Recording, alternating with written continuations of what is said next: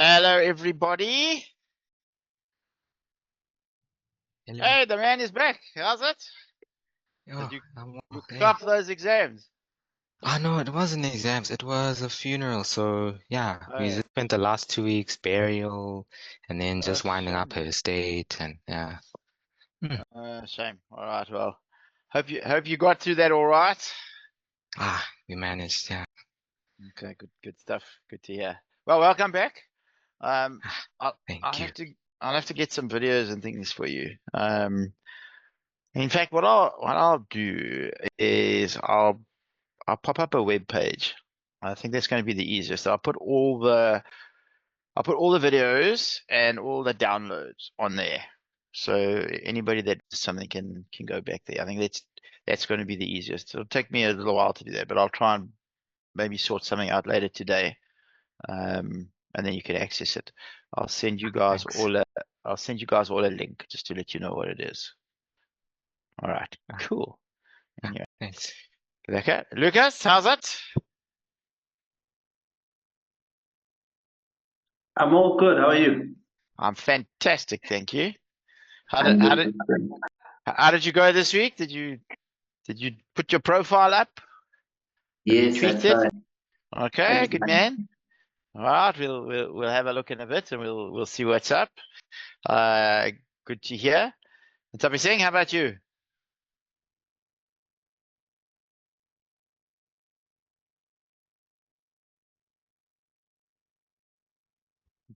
Hi, how are you? I'm fabulous. And yourself? I'm doing okay. Okay. Yeah, I'm okay. We'll fix that today, don't worry. So I've missed a couple of the sessions because I did want to ask you where can I access them so that I can catch up and be able to be on the same par with everyone else. So with regards to setting up the LinkedIn profile, I haven't done that. Okay, cool. I'll set something up for you guys and let you know. I'll send it through to I'll email you guys. I should have all your email addresses. I'll email you. I'll send it to Virgil as well. You can just keep it and pass it on. So that's cool. All right, we'll do. Kata, how about you? How's it going?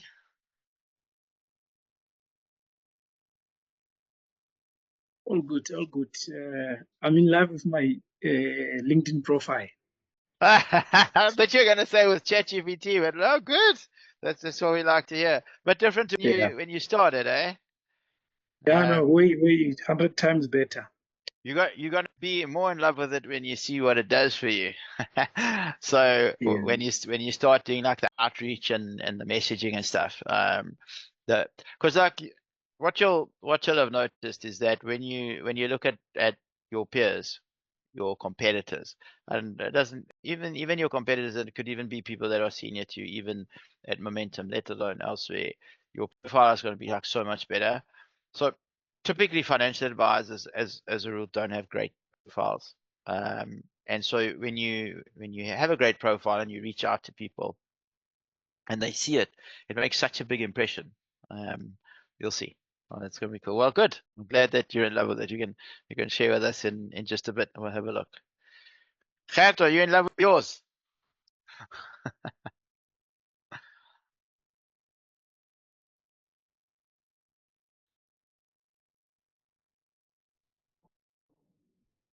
Yes. How's it, man? I've done mine. I didn't know how's it? The previous time, the last session before we knocked off how to do that building and the bullets and stuff. I don't know how to do that, but I don't think that's a huge problem to sort out. Yeah, I know that's quick. But I think I've done it. I don't know if it's correct. You must just keep. I've added a new photo, and then I used the Momentum banner just for, you know what, because I want to do some, I've got a different market, so I just used otherwise if they come back to me and say, listen, I used their whatever, they can't come back and say, but I didn't use their banners or whatever. Okay, no, 100%. Corporate is difficult. I'll be honest with you, because they have a brand to protect. They spent a lot of money Yeah. building it, and so you can understand why they anal about it. So typically, Yeah. the way that the corporates roll with this is they like you to ask for permission. I like to ask for forgiveness, but Me too. I think as long as you don't do stupid stuff. So if you don't degrade the brand, so for example, like if you take a logo, you must take the logo exactly like it is. Don't go change the size. Don't go change the font or anything. You know, Yeah. that type of thing. And yes, and some corporates just say no. Okay, Can't do cool. that.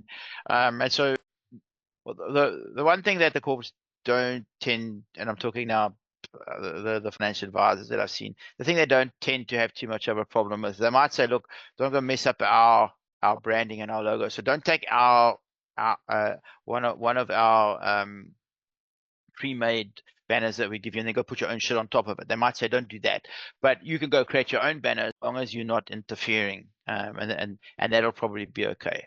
But Gert, I hear you, and I think there's some intelligence in that decision. So that's all good. Who else we got? Edward,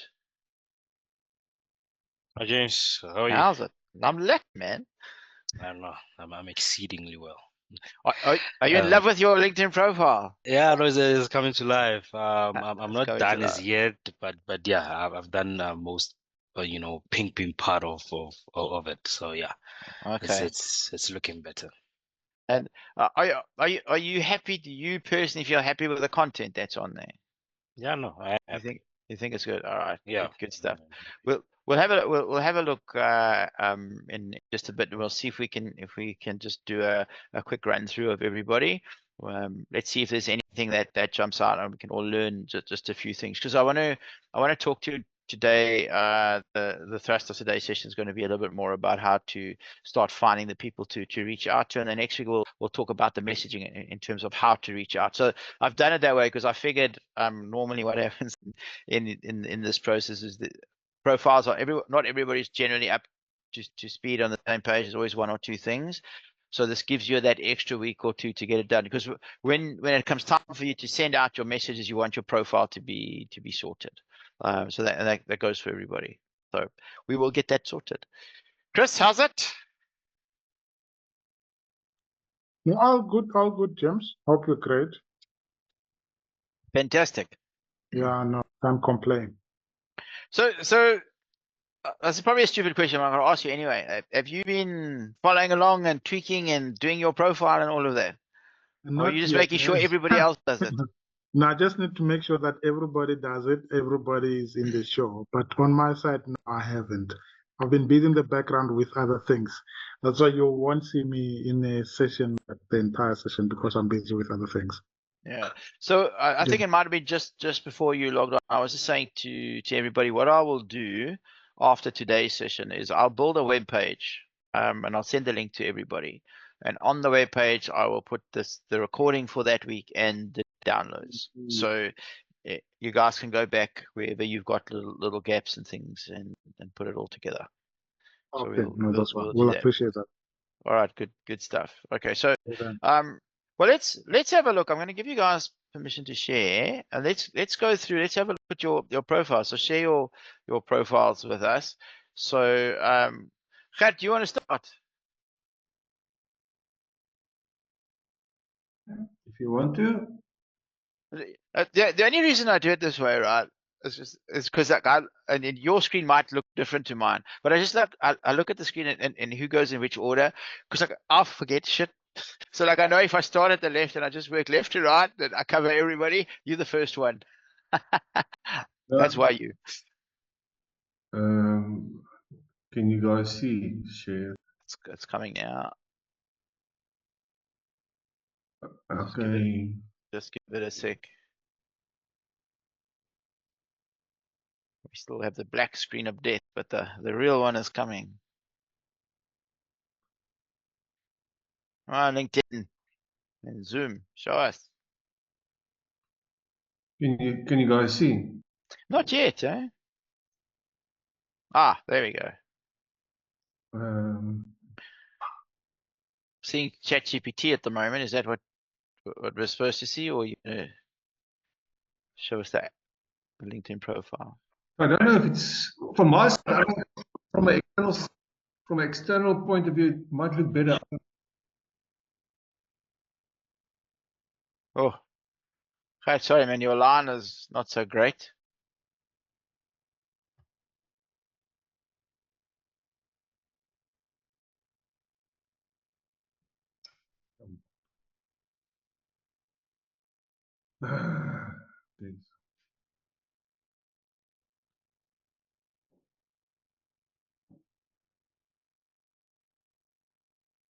Why is it so slow? Can you guys, yeah, Yeah, we also seeing slow. that's all. Now, why is it giving me this now? I don't know. It should just take you straight in. Let me. Yeah, it should just take me. I went in this morning. Maybe it's because of Ju- the weak uh, signal here. Might be.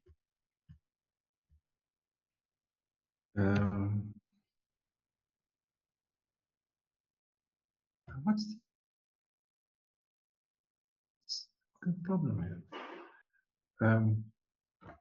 Maybe I should just do this and go out because I was in here earlier. It shouldn't redirect me. Let me just try again.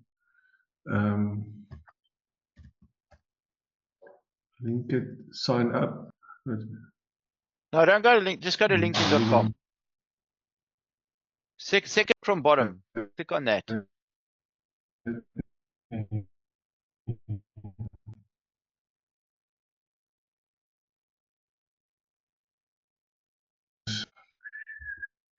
Cut, your line Testing is my not great patience, today. yeah. Eh?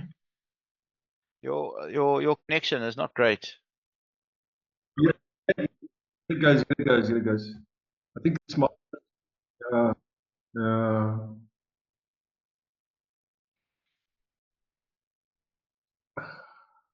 okay.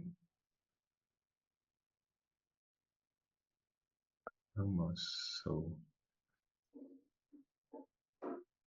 Testing my oh, can you believe it? Let me first see if I Alright. can get in and then okay, can you go in into mine or should Yeah, what? maybe I should do that actually.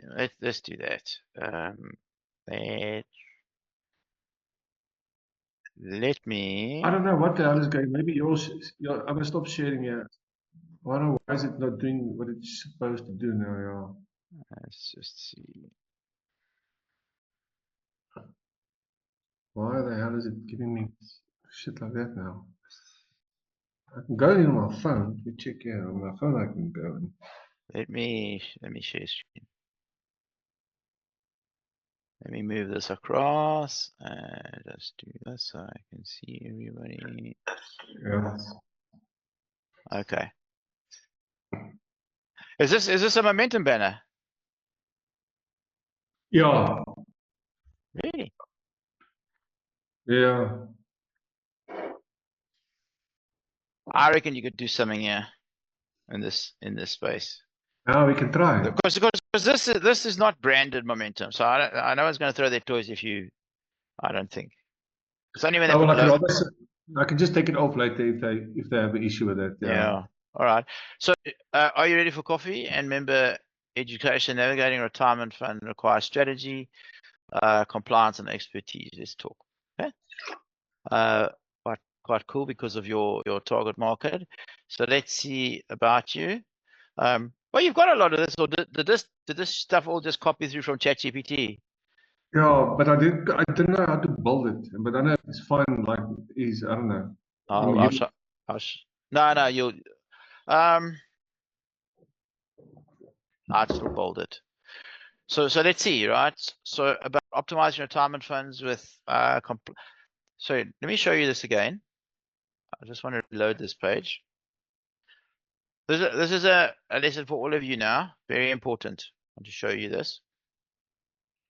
You see in the about section, it gives us 2 lines of text, right? Optimizing retirement funds with compliance and member-centric solutions. So that's a sort of bland, sort of repeatable stuff that ChatGPT throws out, then typically would probably start here. So navigating evolving regulations, ensuring financial security, enhancing member benefits are critical challenges for retirement funds. So actually this piece here is actually a lot more important than this. Like if you were to say bold that piece, I'd get rid of this if I was you, right? Okay. Because it's kind of like you're sort of saying it up here, and you'll probably say it further down. It's not the sort of thing, because this is the first thing I'm seeing, right? It's not exactly moving me. But if I see this, then I'm like, okay. Because when I say I'm talking about your ideal client, right? It's not like the rest of you might be looking at this and saying, oh, big deal. So you're not the client. So to the client, this is a big deal. To you, it's just a profile.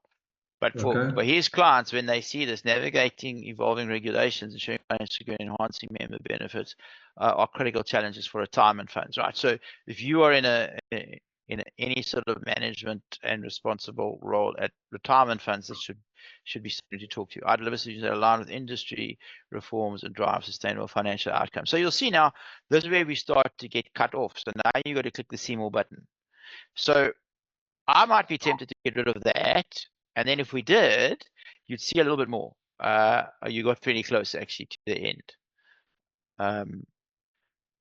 But you can see this is not necessarily something that's going to get people to I understand. and click.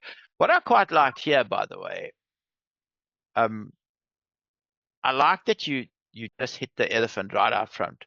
Boom. Yeah. And I would bring this elephant back down here somewhere. Okay. Because I think it's that important, because that's the thing that's on everybody's mind at the moment. That's the thing. It's like the buzzword that just gets attention. Okay. So you might start off. What are you saying here? So ready for coffee. In fact, you might even do the same thing. Yes. I would almost take this. I'd say, "Are you ready for coffee?" Boom. I'd get rid of that. I'd put it there, and then I'd go dash, and then this. Then it's like, okay, so that's the piece I would bold. Are you ready for coffee? Okay. Because to your client base, that means plenty. Anybody else? Well, move on.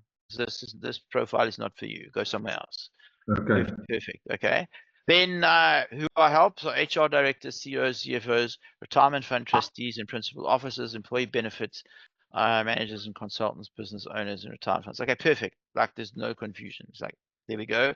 And here's the key challenges, right? So ensuring compliance with coffee regulations while prioritizing member benefits, integrating corporate and retail financial solutions seamlessly, and delivering independent, commission-free financial guidance. Right? So a lot for people to get their heads, their teeth stuck into. And so how I help, right? So holistic employee benefit solutions, long-term sustainability, compliance-driven strategies for regulatory alignment, financial literacy programs to empower fund members and comprehensive retirement fund consulting and management. So again, guys, I know a lot of you might be reading this and it's not resonating, but these are exactly the things that his market wants to see. So it's fairly obvious, right? And it's quite to the point. They know. So think of this as a sales page, right? Is there anything on here that doesn't tell you what you need to know? No. Okay. And then I work with me. So with 23 years in financial services, including 16 years, specializing in employee benefits. I've collaborated with industry leaders. And then he does some name dropping, right? So basically, if other funds are looking at it and saying, shit, you worked with these guys, you must know his stuff, right? So it's that credibility piece that we spoke about. And there's a lot of social proof. Oh, well, shit, if you could help them, you can certainly help us. It's that kind of thing. And then here you go, schedule a call today to explore solutions, and then an email and a phone number. Gert, have you got a calendar link, a calendar or something? No, I don't know. I don't know. I must probably figure it out somewhere, but okay, we'll talk about that. Calendar link's really useful, because you know, oftentimes, like imagine somebody who's keen, right? And they get onto your profile now, and they're thinking, okay, I want to talk to him. And they're thinking, oh shit, then I'm just too busy now. They might email you, but I don't find people email a lot. They're either going to phone or they want to just book on the calendar for later. So if you give them the calendar option, like while it's still fresh in their mind, they can quickly go onto the calendar and book something. And it might be for 3 days time next week when I've got time or whatever. I get a lot of meetings from my calendar, a lot. Every single month I get meetings. I'll talk to you a little bit later about how to do that. So don't stress. Okay, I'm just pointing it out for now. So while we're here, let me show you this. And sorry, I just need to. I don't know the URL. I've got it in a different. Let me just grab this URL. So the URL that we're talking about to make it bold is this one, the formatter. Now, obviously, I can't bold anything on yours, but what you would do is you would go. So if I showed you on mine, for example,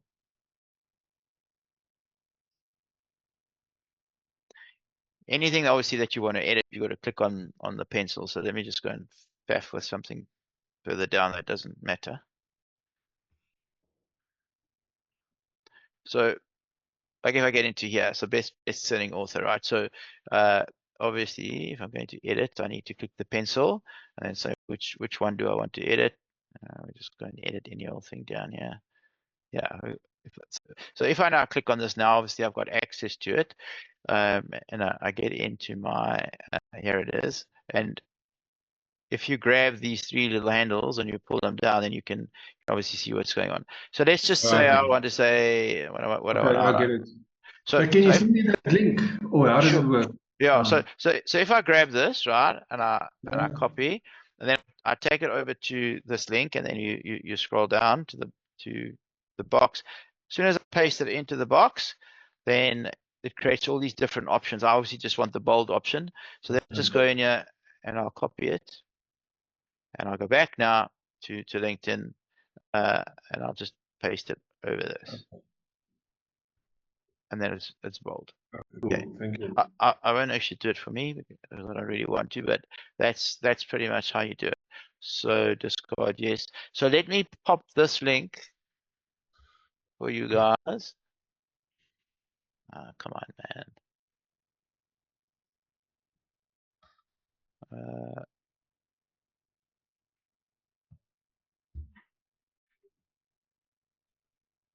I'll put this in the chat for you guys.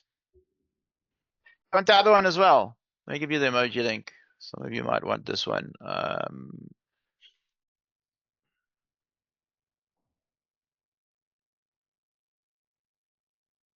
I'll give you the other one. The second one is to find emojis. So there's the 2 links in the chat. All right, there we go. Okay, so Gert, nice about section, right? It's nice, short, sweet, to the point. The only thing that you don't have in here that you might do, so quickly, just for the sake of character count, if we just do a quick character count on this, remember you've got up to 2,600, but in the formatting, so when you put it into the little link I've given you, you'll see when you make it bold, it reduces your characters. So at the moment, what you have is only 1,300 characters. So you've got quite a lot of space to play with if you need to. Doesn't mean you should. I'm just saying. The one thing that you don't have that I might be more inclined to do, if you sort of go back and look at what your GPT created, is maybe just a little bit more about your story and why you're actually in the ideal sort of space, why you resonate, why you do what you do, why you love it, etc. I know you did put a little bit here about your experience, but you could make this piece that's the credibility piece. But there's a story behind, like your whole experience and everything that you've done. Like, hey, I was in it before, I sold the business, I got back in. So people start to get a bit of a sense, okay, this oak's not just some like arbitrary momentum employee trying to flog us a policy. No, actually, this guy's been there, he's done it, I've seen the history, I've seen the story, I get it, it actually makes sense. I would do that. That's the only thing, and you do have space in order to do that. Okay. I will do exactly that. Thank you very much. All right, Leka. Let's have a quick look. Okay, so experience section you haven't quite done yet. You want to do something fairly similar. You should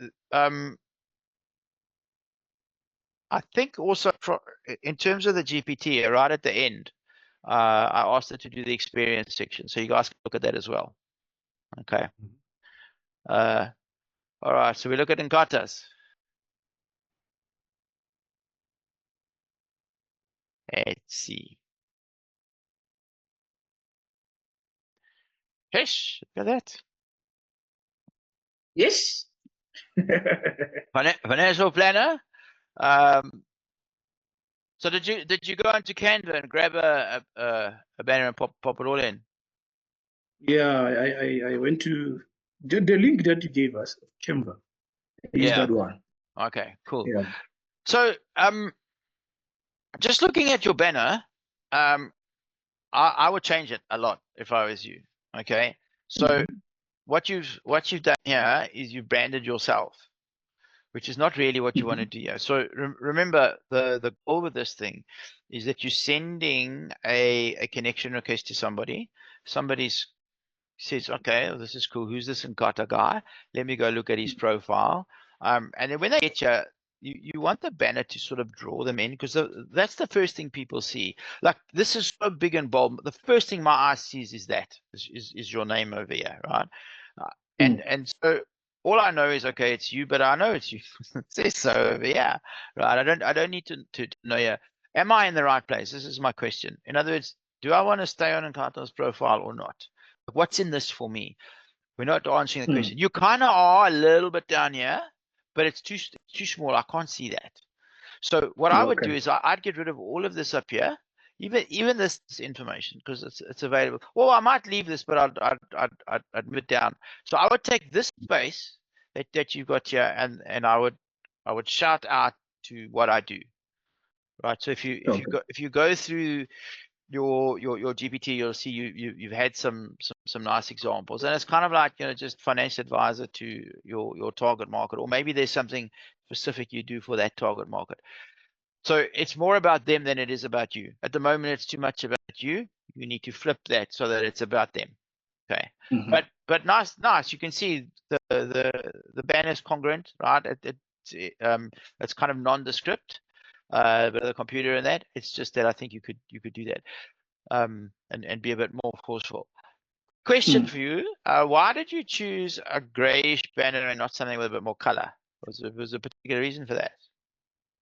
No, I just found this one better than the others that were there, but I didn't know how to change the color. Yeah, just find a different banner is the short answer to that. But you'll see the guys when they on Canva, when they're creating banners for LinkedIn, they understand you got to put text. So like, you won't have something over here because your photo's got to go over it. I'm sure if you look a bit more, you can find something. I would bring a bit more color into it, because gray is very close to the black and white that we get for everything else. If you have some color, then there's no question. The eye just goes there. Like, if you look at mine, for example,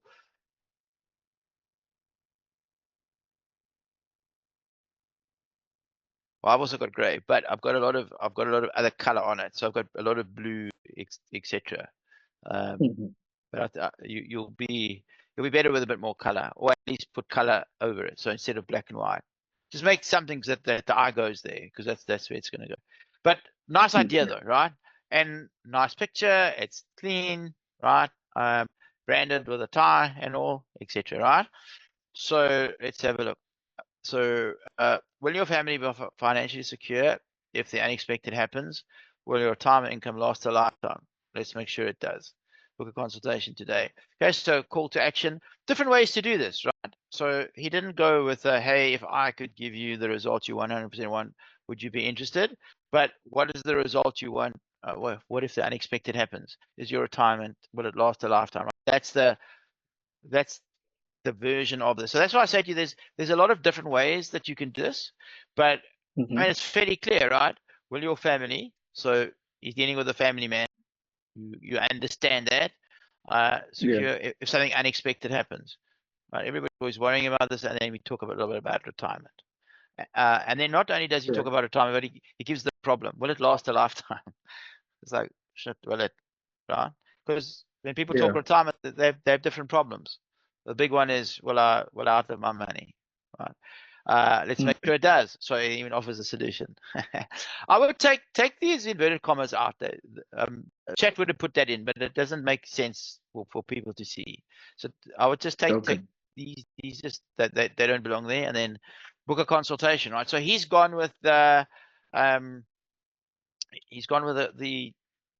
call to action, like let's just talk, right? And he's given you an option to send an email. Again, for you, right, when you put when you have a calendar link, then this would be better to rather go directly to the calendar link rather than here. So we'll talk to all of you a little bit later on in terms of how to do that. Might be something we need to just do a session on for everybody. When you guys edit this, so if you look at mine again, you'll see, and I'm not sure if this is a paid feature or everybody has it, but you have the ability to put a button up. So in this case, my button says book an appointment. I think if you don't, the link just comes down here. But when you're editing this section, like so when you click on this, and you sort of get down towards the bottom of your edit, there's this custom button. As a premium member, Show Business is a way to get a hold of it. But I think everybody else still has the ability to just put a link. I have a button, but you can have a link, and then you would put it there.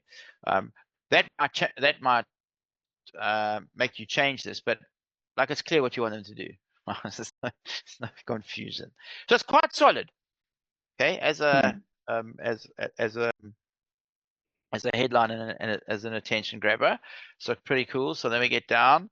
So from banking to financial planning, a journey to empower others. So this is something that the GPT does. I don't know if I love this tremendously. Let's just here, because this doesn't really necessarily make sense, right? From banking to financial planning, a journey to empower others. Like, so what? I need to know before I click the see more button, like, is this worth it?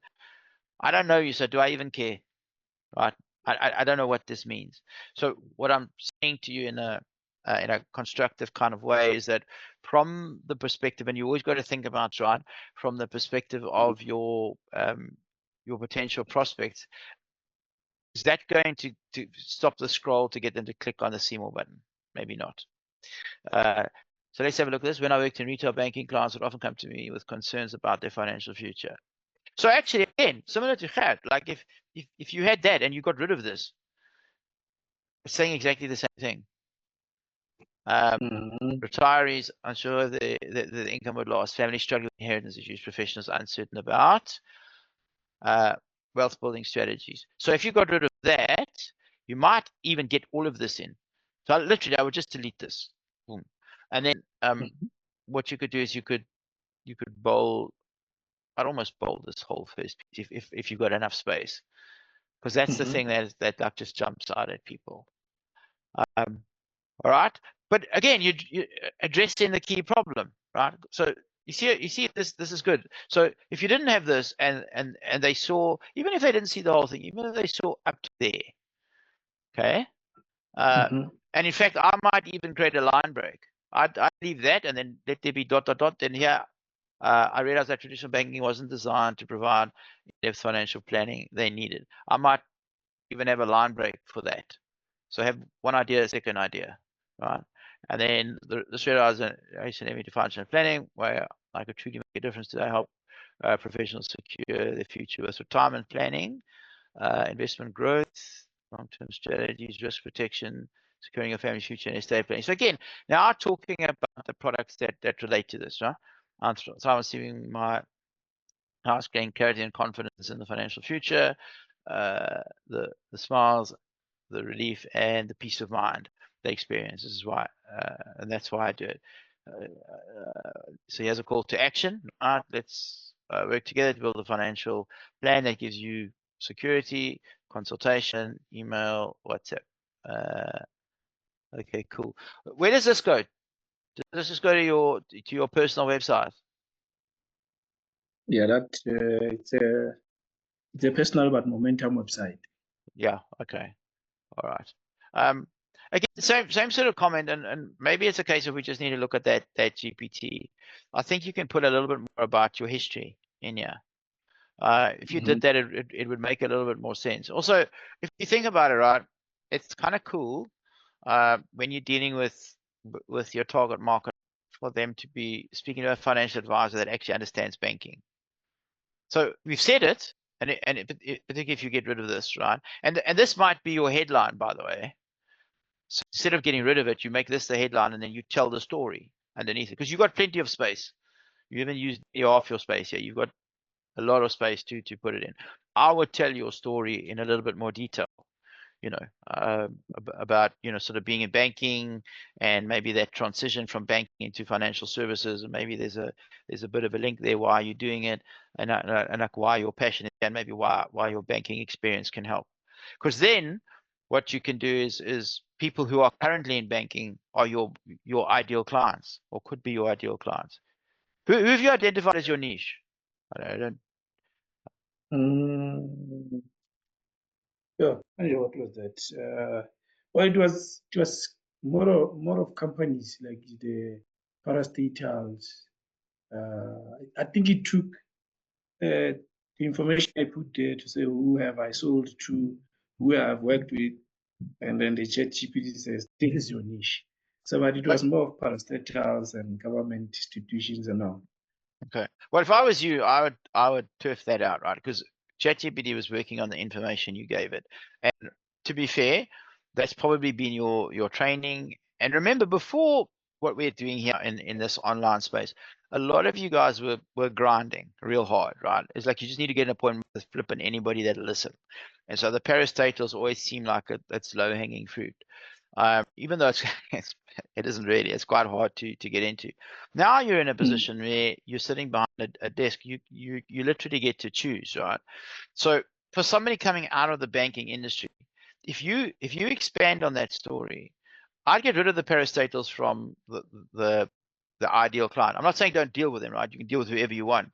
But on LinkedIn, as you're building this, if you tell your story about banking, suddenly anybody else who's currently in banking becomes a really good prospect for you, because when they speak to you, they say, "Oh, okay, this actually he's one of us.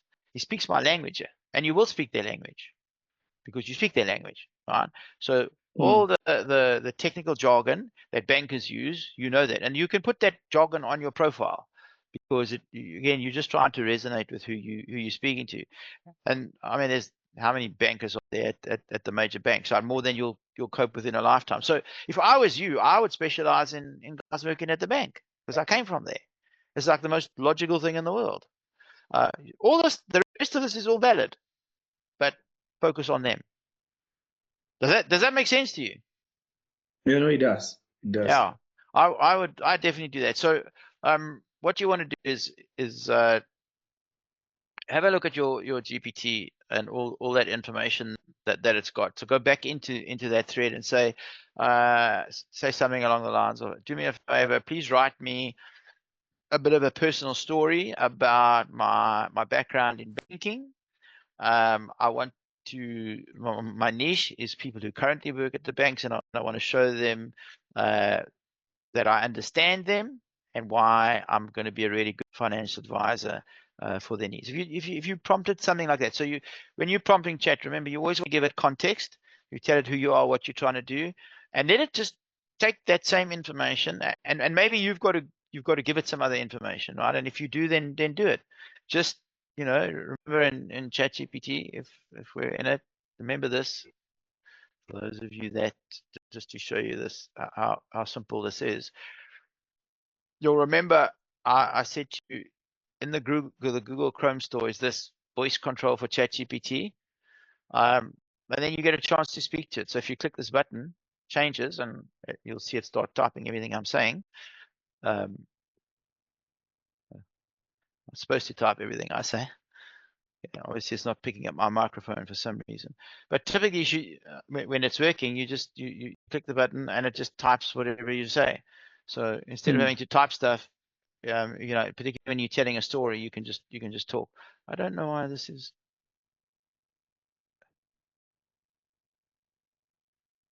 Hey, ChatGPT, why are you not typing? Okay, there you go. Yes.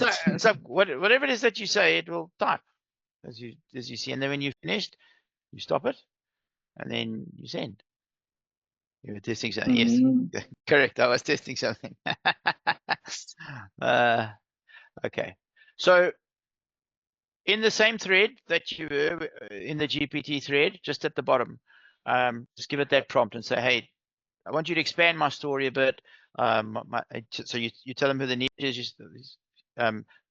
Your niche is people in banking because I came from that environment. Just give it a little bit of a story, and then let it write it for you. And then go back to your profile.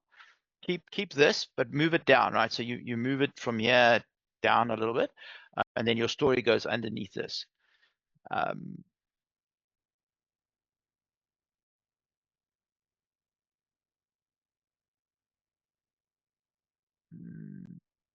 I would highlight this, that whole first piece. I'd make that bold and italic. So that's going to be your entry point. The rest of this is fine. Here, I would say I'd put in another subhead like how I help, because people are scanning all the time, right? So how I help, that's how you help. And then maybe beneath that you'd have your story, or you'd have your story first and then how I help. So put those little subheads. So this idea. So you see this when we get to the about section, you've got the emoji that pulls it in. You've got the bold text, and then whatever I'm going to say, and then you'll see for the rest of it. So if I was viewing this quote unquote on a mobile, actually it's probably better to do this. If people are viewing it on a mobile, look how much easier it is when the eye is drawn to it, and we make each paragraph a sentence. See, because a lot of people are going to view you on a phone. That's why this is so cool. And people are scanning, right? So they're scanning the bold. They say, okay, so what I do, why this matters, how I help. And then they're deciding sometimes, what am I going to read, what aren't I, etc., etc. So just go to my profile and just sort of follow this structure. This is all of you, right? I'm talking to you. I'm not just we're just going through each profile, but when I'm speaking to all of you. This is what you want to do. Okay, which is cool. Okay, so that's that. Did we get into experience again? So here, just sort of highlight this. So here, let me show this to you again. This see more button is a real pain in our arse. So have a look at this. You get down to this, and you see what it says here is what we do. That's all you see. And the reason you're seeing that before you click the see more button is because you have this extra line in it. So what you want to do is again, you highlight that in bold, put a little emoji there, and then remove the line space. So it's what we do, colon space, and then immediately it starts at Momentum Financial Planning, blah, blah, blah, blah. And then you will, when you see this, you'll see a little bit more. So then it'll be like this actually. Just show you mine, it'll be easier to see. So you see, same sort of thing. You don't get to see a lot, only one line, but you get this effect where it doesn't look weird before you click it. This one here, because I had a bit more before I went to the next line, so you can see you're going to get about a line and a half of text in. But that's the effect you want to get, so that when they do see more, then obviously they can go in and they can see it. So maybe it looks a little weird now because everything else has got a space, but the key is to get you in, and it's fine. It doesn't distort anything, as you can see. So you want to just do that sort of thing, because readability is everything. Okay. So that's just a trick. So let's see what he says. So what do we do? Change the we to I. Okay. Remember, this is your profile. So this promise, right, that you made up here, this promise that you're making, you need to show, right, why you and Nkata are like the best person to help your target market, and it's now going to be banking professionals, right? Why are you the best person to help banking professionals, and what it is that you personally do? So you're looking at the experience that you've got, right? that relates to your ideal clients that helps you to do this. So remember, this is not the Momentum page. Momentum has their own page. All right. So what you've done now is you've linked to Momentum. They've got their own page. This is the company page. So all the corporate information is here. What I want you to do, all of you, okay, is not to link to Momentum. I want you to link to your personal website. Because imagine I'm your client, right? Or your prospect, and you've done all the hard work and you've hooked me in, and I'm down here and I dig it and I think, let me go look. And I get to the Momentum website and I think, oh, this is cool. You've lost me. Because now I can go anywhere. So you must send them to your own website. You must never send them to an abyss where they can go somewhere else. So you must pop your own website in there. Okay, all of you. Otherwise, you lose it, right? So at Momentum Financial Planning, you see here you said I. So again, just what I do at Momentum Financial Planning. I specialize in helping mid to senior professionals achieve financial security through tailored solutions, whether it's securing lifelong retirement income, protecting your family's future, growing your investments, or simplifying estate planning. I provide expert guidance every step of the way. Okay, that's the summary. That's what he does. It's like, it's pretty clear. It's succinct, it's to the point, boom, right? You know, that's what he does. Again, I might just create a second line here just to get the line break. But otherwise, yes, good. Again, who I help. So I work with professionals who are looking for structured, strategic financial planning. My clients are typically individuals who want to make informed financial decisions, secure the future, and that of their loved ones. So you need to talk about banking now, right? Let's make a big song and dance of this. I promise you, banking is such an easy niche for you. It's like, particularly when you put your story in. This comes from you, he knows us. Yeah, okay, let's talk to him. Who do you think a banker wants to speak to? Virgil or Chris or you? No, Me. serious question. If you were a banker, who would you want to speak to? I'm not a banker. No. But I'm saying, if you were a banker, right, and you need financial advice, do you want to speak to Nkata, who used to be at a bank, or do you want to speak to Virgil, who's been around forever, or Chris, who's been around for a long time? Who do you want to speak to? Who's going to look after you the best, do you think, as a banker? Who are you going to resonate with? Yeah, the one that's going to resonate with what I do. So the banker. You're the the guy. previous banker.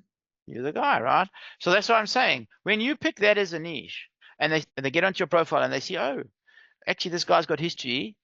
I can see he worked. I mean, and even if they scroll down, yeah, they're going to see, right? They can see the banking. They can see all of this stuff here. It's like, okay, 10 years at FNB, shit. I'd even start at FNB. I wouldn't even go to the other banks first. I'd start at FNB. When I've exhausted, if I ever get to exhaust all the people at FNB, then I'll go to ABSA and Standard and blah, blah, blah. But I would just deal with these people because like they're going to see your profile and say, oh, right, he was there. And it makes sense, right? So you want to bring that in, who I help. You must talk about your niche. This is very, very generic still. Try to be a little bit more specific. Right? This makes it stronger. How it works, retirement planning, and then just giving the rundown of all the different products, etc. Strategies. Okay, great. See here you sort of toss it in. With 15 years of experience in financial services and passion for financial literacy, I ensure every client receives customized plan. So again, here I would not just say financial services. I might leave it at that, and maybe in brackets saying including 10 years at FNB, so that the right people that are here read it and say, oh, okay, because all this stuff subliminally just goes in, and it just makes that bond and that relationship stronger and stronger, right? Take the next step, lines, yeah, perfect, right? So nice, like a nasty the profile, right? Remember, just make those few tweaks just to make it a lot stronger. But yeah, clear, a lot different to when you started, eh? Yeah, very, very. I don't want to lie. It's much, much better. Yeah, 100%. All right. Well done. Make those few changes. So remember, like you'll just copy and paste this sort of into your text formatter. I didn't copy it. I just, this you'll do this idea, copy it into the text formatter up here, and then you just go back and copy this. And you go back and paste it into your Yeah. your profile. And then the emojis. Let me just grab this thing. This was the other. This is the other one. So you want emojis. It's like just scroll past all this pop stuff, and then you'll get into the emojis. And then it's like just any emoji you want. And what you see is what you get, right? You can't change colors and shit. Like whatever's on this page, that's your choice. So you might be looking for red stuff. Just copy anything. Maybe the red circle. So it's just highlight, copy, paste, and you're back to your profile, and you would paste it there at the beginning, and bang. Right, simple as that. But you can see big difference for everybody, right? People now know. I think for you, like make that change. Seriously, your life will be infinitely easier if you start dealing with banking professionals, because you know what goes on at the bank. You know what shitty insurance they have or they don't have. You speak their language. Like it's so easy for you to speak to and resonate with them. Much easier, I promise you, than parastatals. Yeah. Like you speak banking, do you speak parastatal? Sort of. Why do you think I deal with accounts and financial advisors? Because I speak that language. It's easy. So you do the same. Go for, your tribe is banking. True. So we did. Yeah, I mean it's and it's recent, right? How long we've been here? Yeah,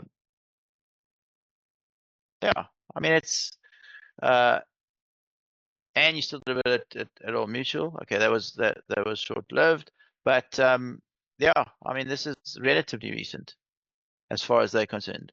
So sort of COVID. So that's going to be a big seller for you. It's like a no-brainer. Hmm. All right. No. Okay. All right. Good stuff. Who's Sure. next? Who else has got who's next that's on? Chris, no. Lucas.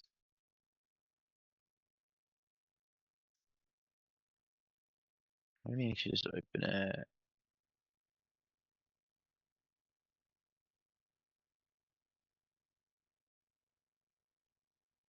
Are we connected?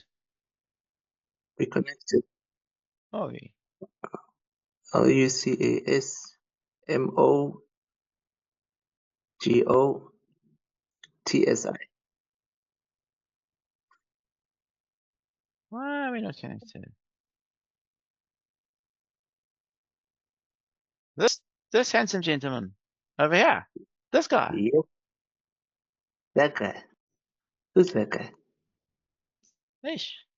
Hang on, I need to disconnect to this guy. Yo! Yo! Why are we not connected? Let's do it. Okay, this is not the best connection message to write, but I can do that because it's kind of fun.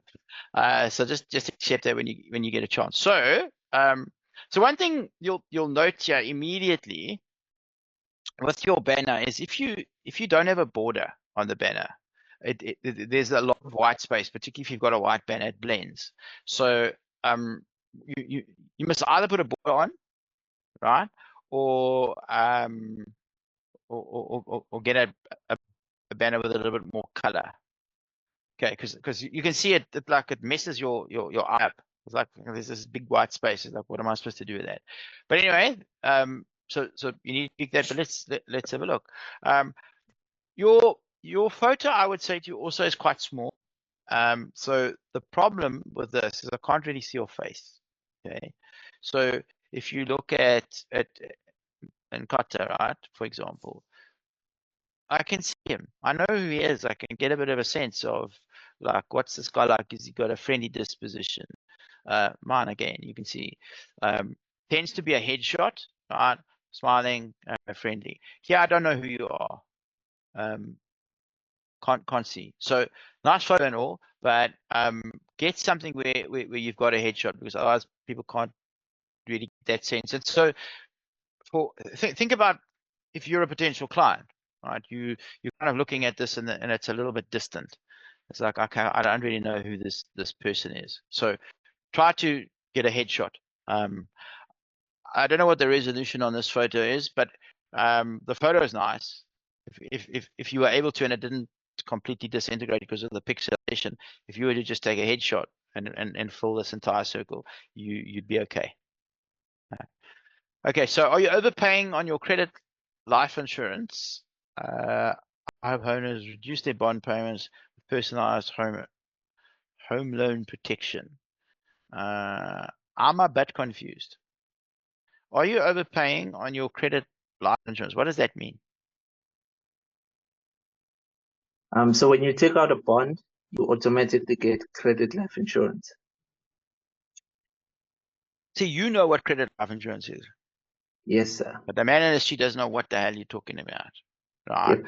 So, in fact, I'd just get rid of that top part because it's confusing. I help homeowners reduce their bond repayments with personalized home loan protection. Gotcha. I don't even know if I'd put this. I'd just say I help homeowners reduce their bond repayments. I'd leave it at that. It's like show some intrigue, but it's like, okay, who am I dealing with? Well, homeowners. They're my niche.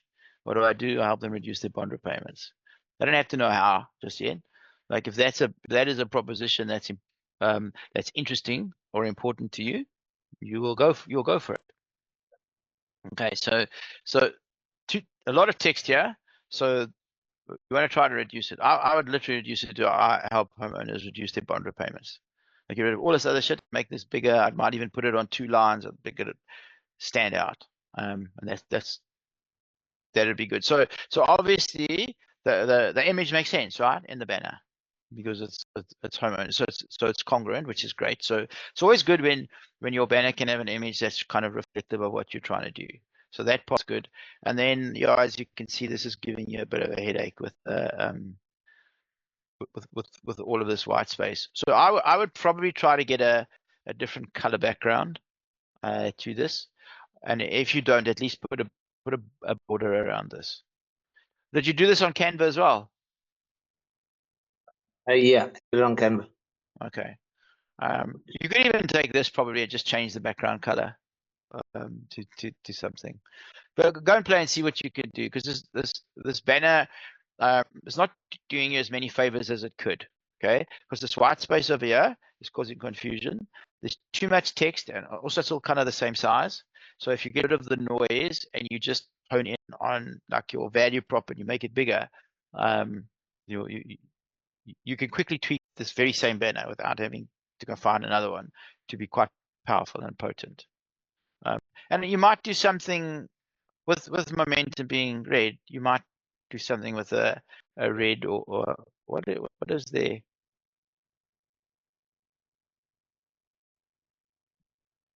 Let's just have a look at this quick. So I might use this. I might use this. So these colors here for my banner. Because at least they're recognizable. I know they're not technically yours, but they are yours, because it's the company you represent. Yeah. Okay. So that's what I would do. I would use those colors to yeah.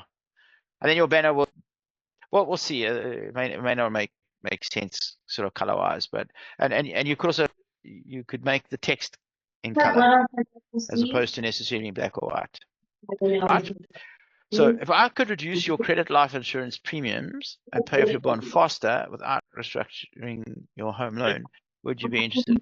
So this part is confusing for people, I think, because it's not obvious to the man in the street what that means necessarily. So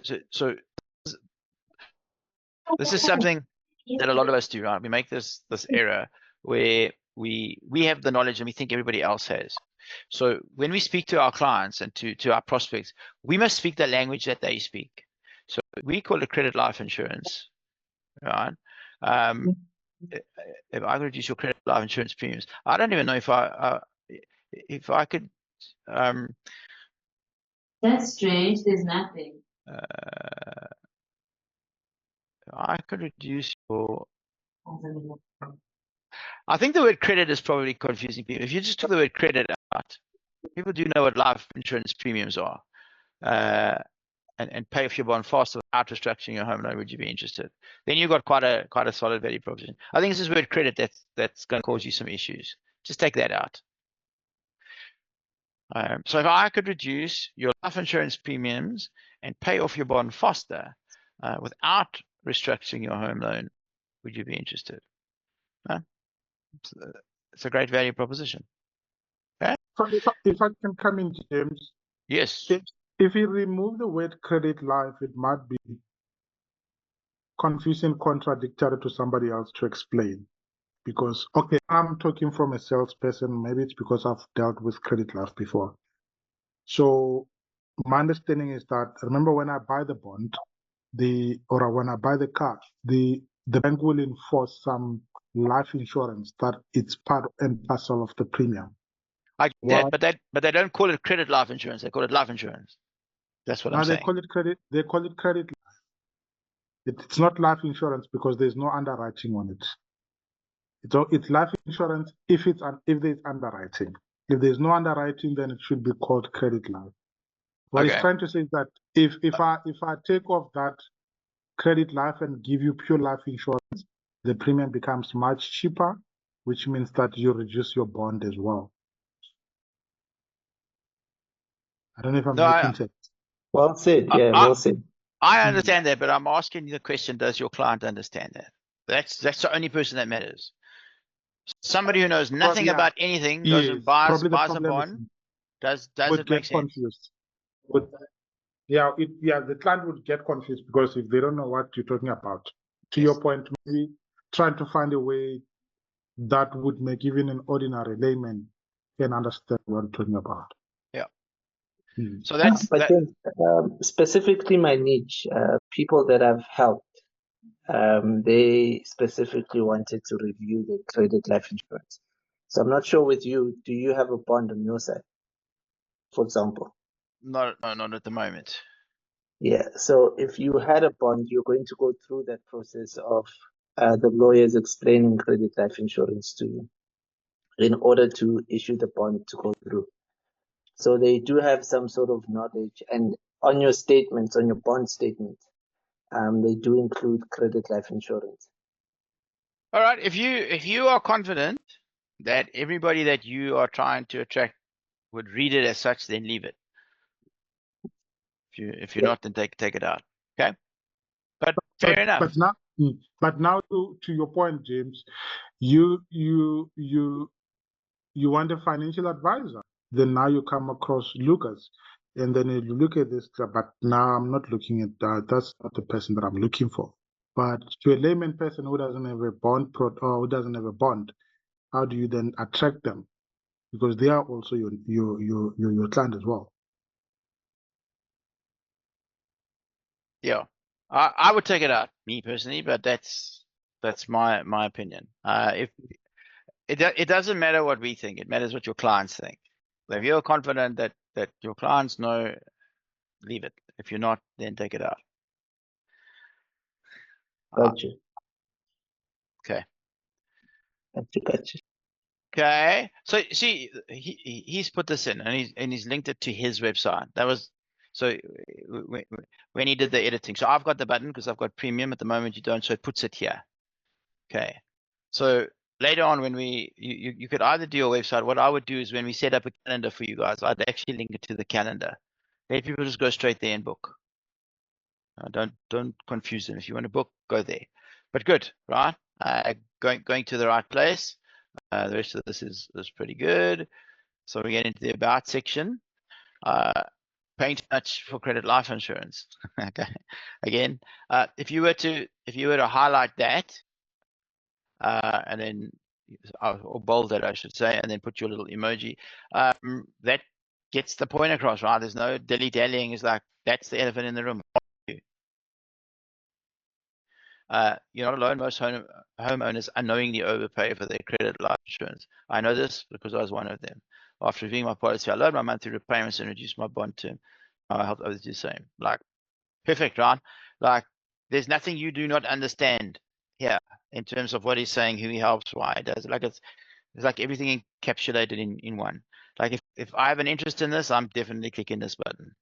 Okay, so the only change I would make again, and again, it's just for all of you, is I would highlight that, I'd bold that, and I'd put a little emoji just to draw the attention. Who I help? So homeowners looking to save on bond repayments, and property investors protecting their assets while reducing costs. Yeah. What I do is review your credit life insurance policy. I help you to pay for your bond faster and offer affordable, personalized home loan protection. Real results, real savings. Our clients reduce their monthly premiums up to 45%, shortening the bond term by 3 years plus without changing banks or restructuring loans. Like, who doesn't want that? So everything in here is actually really cool. Again, I think though, you've got a lot more space to at your disposal, which I think you should use. So like this little story that you started telling here, after removing my parents, I was one of them, right? So there's your, it's a form of story, right? You're starting to tell them, yeah, after reviewing my policy, I lowered my repayments. What I would do is I would talk a little bit more about that. And again, other than that, is there a reason, another particular reason that you chose to go after this particular market as opposed to something else? I noticed that there's a lot of people that have bonds and they have credit life insurance that they're unaware of. So I realized that the market is big, and yeah, the market is big, and people don't know that if they just opt out of the credit life insurance and take out their personal insurance, that they'll pay cheaper. Okay, so that concept of people don't even know that they're paying for it, like you should highlight that in here as a problem, right? So yeah, talk a little bit about your experience, what you've discovered. Talk about people that you've worked with. Maybe get a testimonial or two, because you're doing something very specific. I mean, when I say you're doing something specific in terms of what we're doing to position you, to speak to people. Obviously you do all the other stuff as well, but this is the thing we're going to drive with. So let people know, give them a little bit more context about it, about you, about why you're passionate about it. You can talk about people can't afford bonds. It like frustrates you, or it angers you, and when people overpay and they shouldn't be. So it's like you can take a pop at the banks. They pop very expensive life insurance to tell the story. Like this is what happened to me. Like I was fucking pissed off. Like I didn't know. I get lumped with this nonsense. I have a look at it, because now I'm a financial advisor. I think, oh, okay, I know better. Let me go look at this. I realized, shit, I didn't ask for this. They just gave it to me. And you know what? I don't even need this. So I canceled it because like the freaking premiums were actually through the roof. I took out proper life insurance, which still fulfills the same purpose. I'm paying less and I'm getting even more cover than I had before. Like you tell that story, and I obviously made that up. That might be a story, it might not be. But if you tell a story like that, talking about the problem you're solving, who you're solving it for, like people get it. It's like, okay, shit, he taught me something I didn't know about this life insurance. Yeah. And he obviously knows, yeah, let me deal with him. Okay, makes sense. See, it all gels. I was just having a thought about this. What I might do, and I don't know, I'm just thinking out loud. I might put the word credit in brackets. That way you haven't got rid of it, but people that don't understand it might be, what the heck is that? I don't know. maybe it's a good idea, maybe it's not.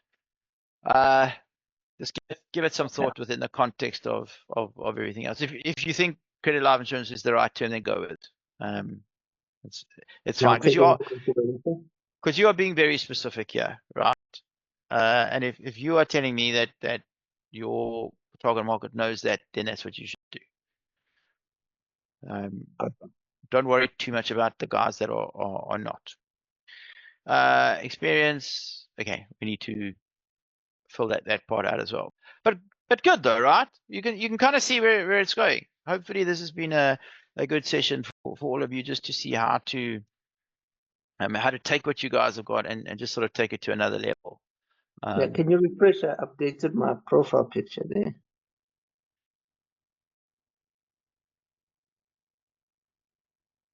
Yeah, there you go. So now people can really see who you are. Yeah, it's great. Nice.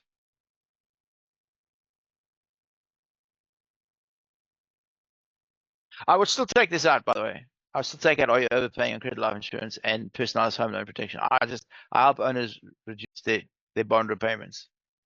I just do that. Let them, it's like, oh, okay, that's cool. Gotcha.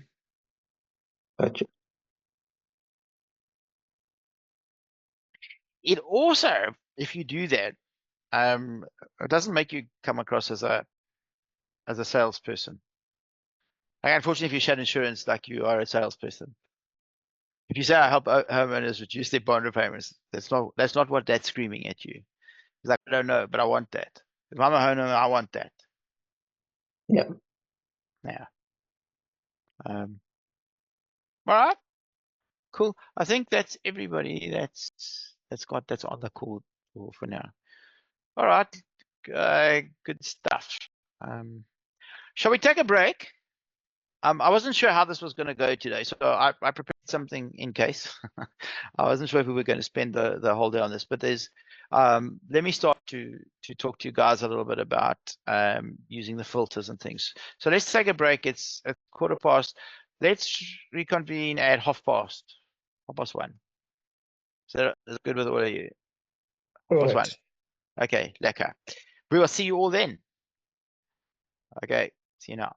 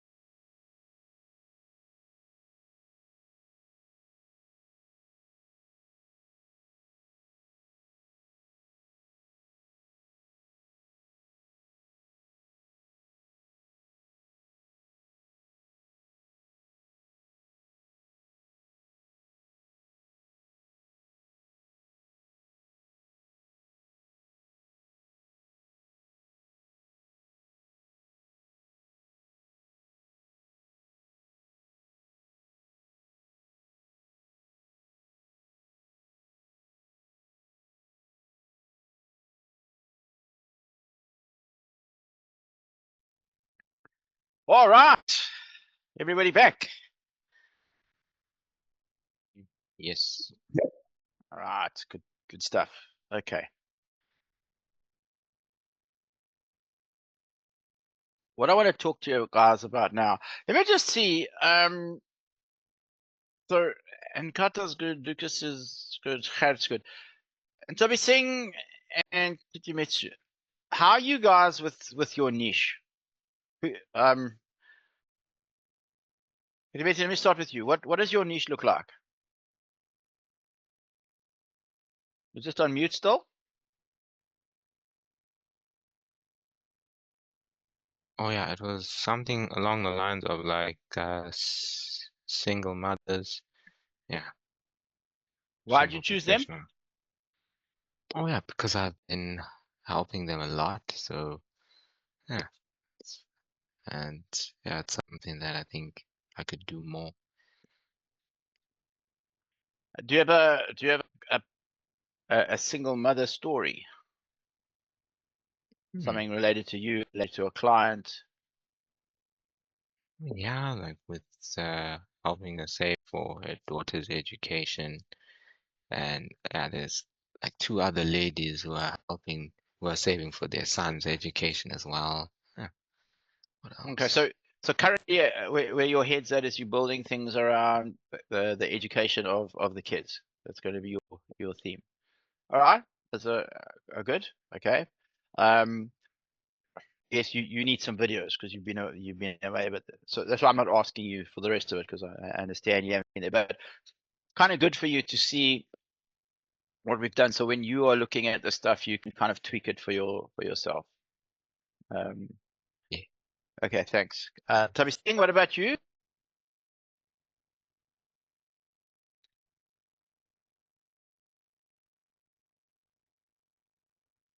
Toby Singh, are you there? She's having lunch. She's having pizza, I'm sure. Sure, it's pizza. Okay. Let me just get today's note.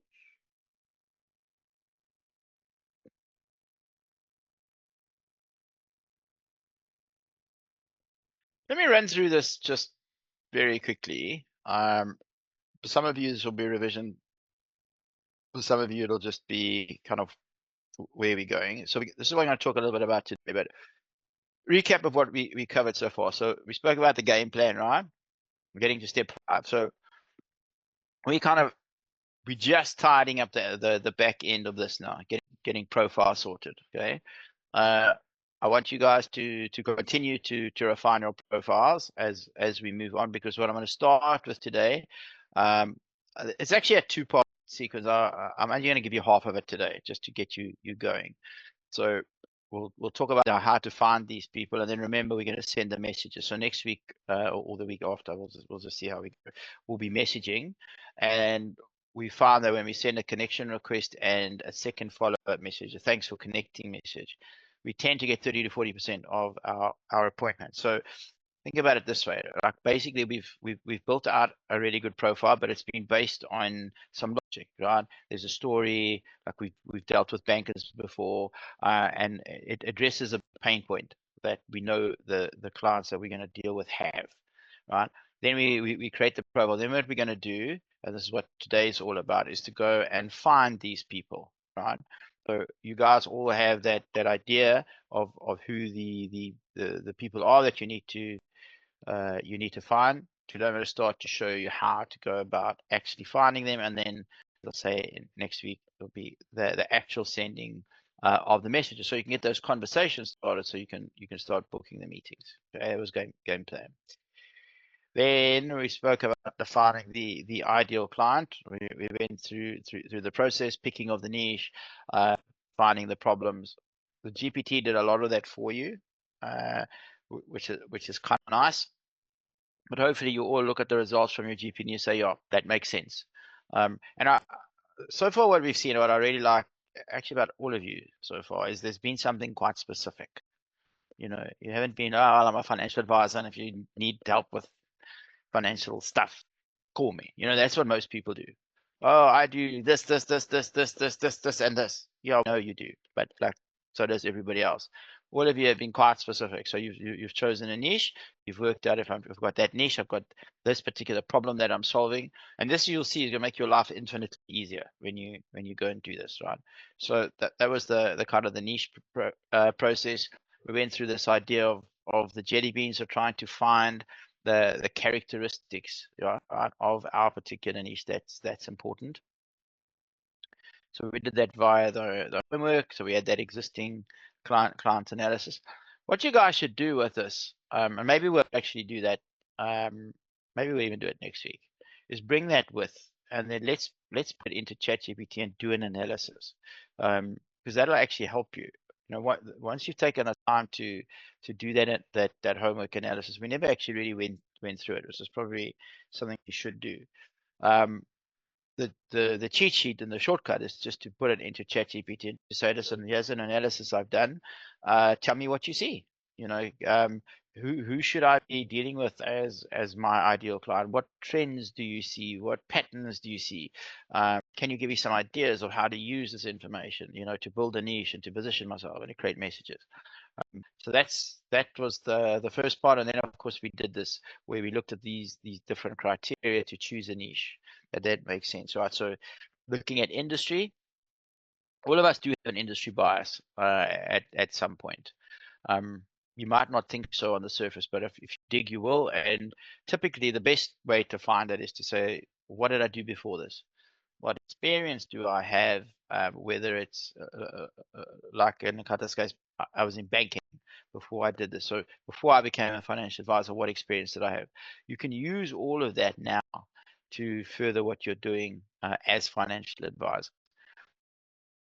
And then niche skill is the skill that you guys have internally that you feel is kind of like your superpower, right? So what makes you the best choice to deliver that?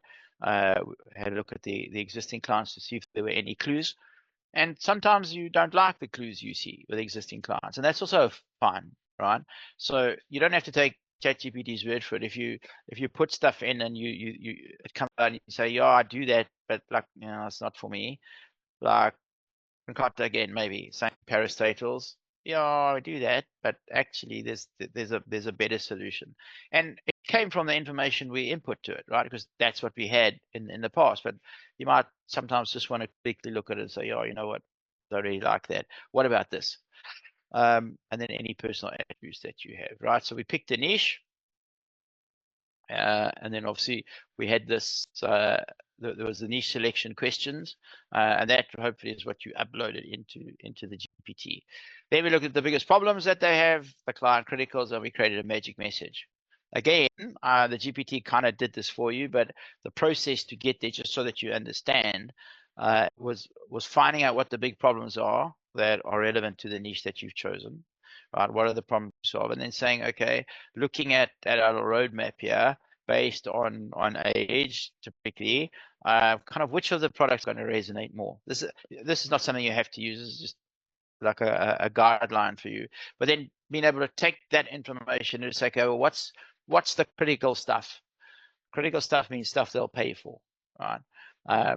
What are the things that they'll pay for? So like moms will pay for kids' education. They will pay for that, right? So that is critical to them. And we went through this process of finding the client critical and then finding a way to relate it to our clients in the form of a metric, also known as a result, and a timeline. In other words, how long does it take for me to achieve that result?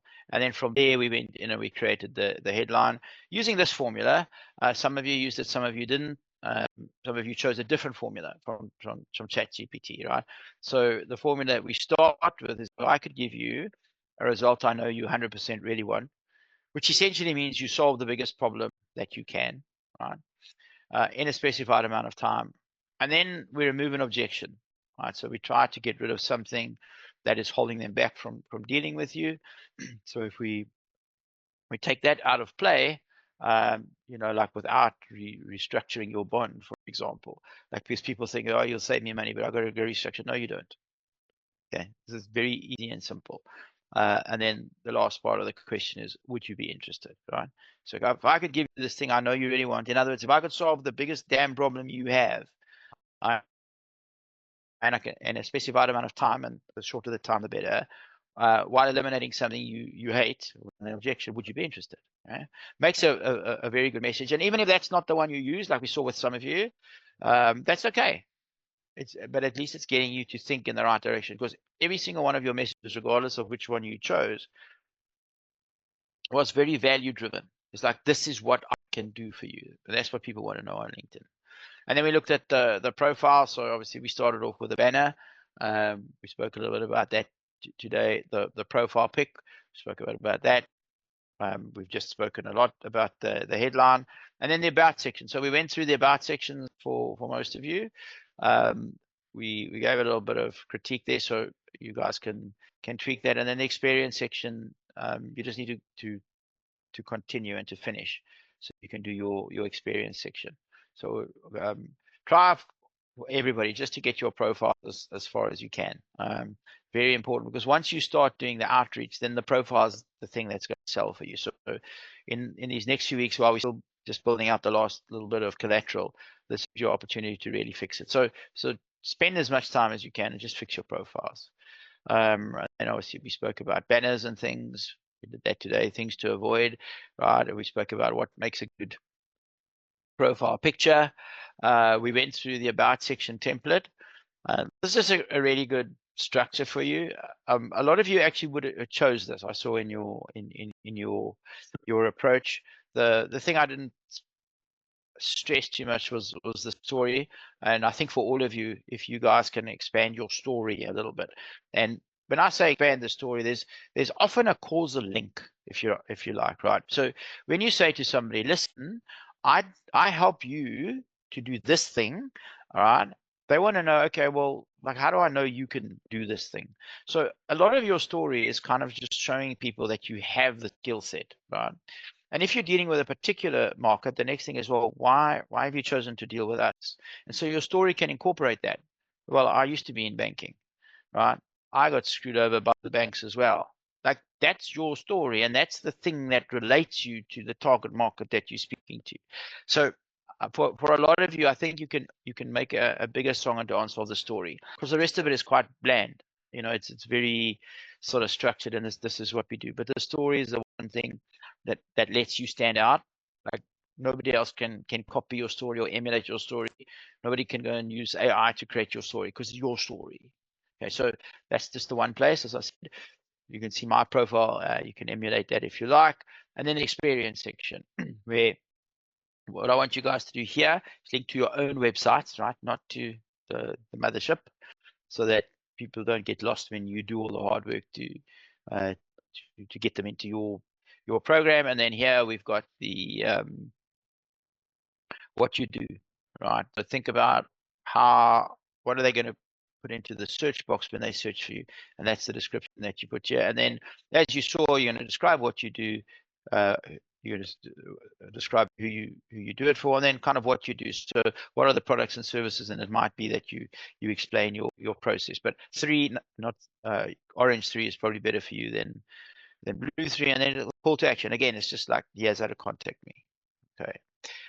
Then as part of the homework, you guys went ahead, you hopefully did the worksheet. This was the important thing, right? Is actually filling out all of that data in the Word document, and then uploading it to ChatGPT, because this was the magic, right? This was the thing that was able to take all of that information that you put into it and give us that first draft of the profiles that we saw. Okay, so that was our profile GPT.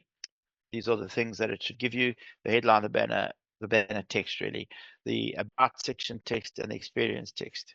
And then here are the 2 links for the 2 sites. So the first one is to make it bold, and the other one is for the emojis. Okay, so it'll be, you guys will be able to download this when I put this stuff all online, and then you can grab it. Okay, let me just have a quick squiz. That was just a quick recap. Any questions on? Are you guys all happy with that?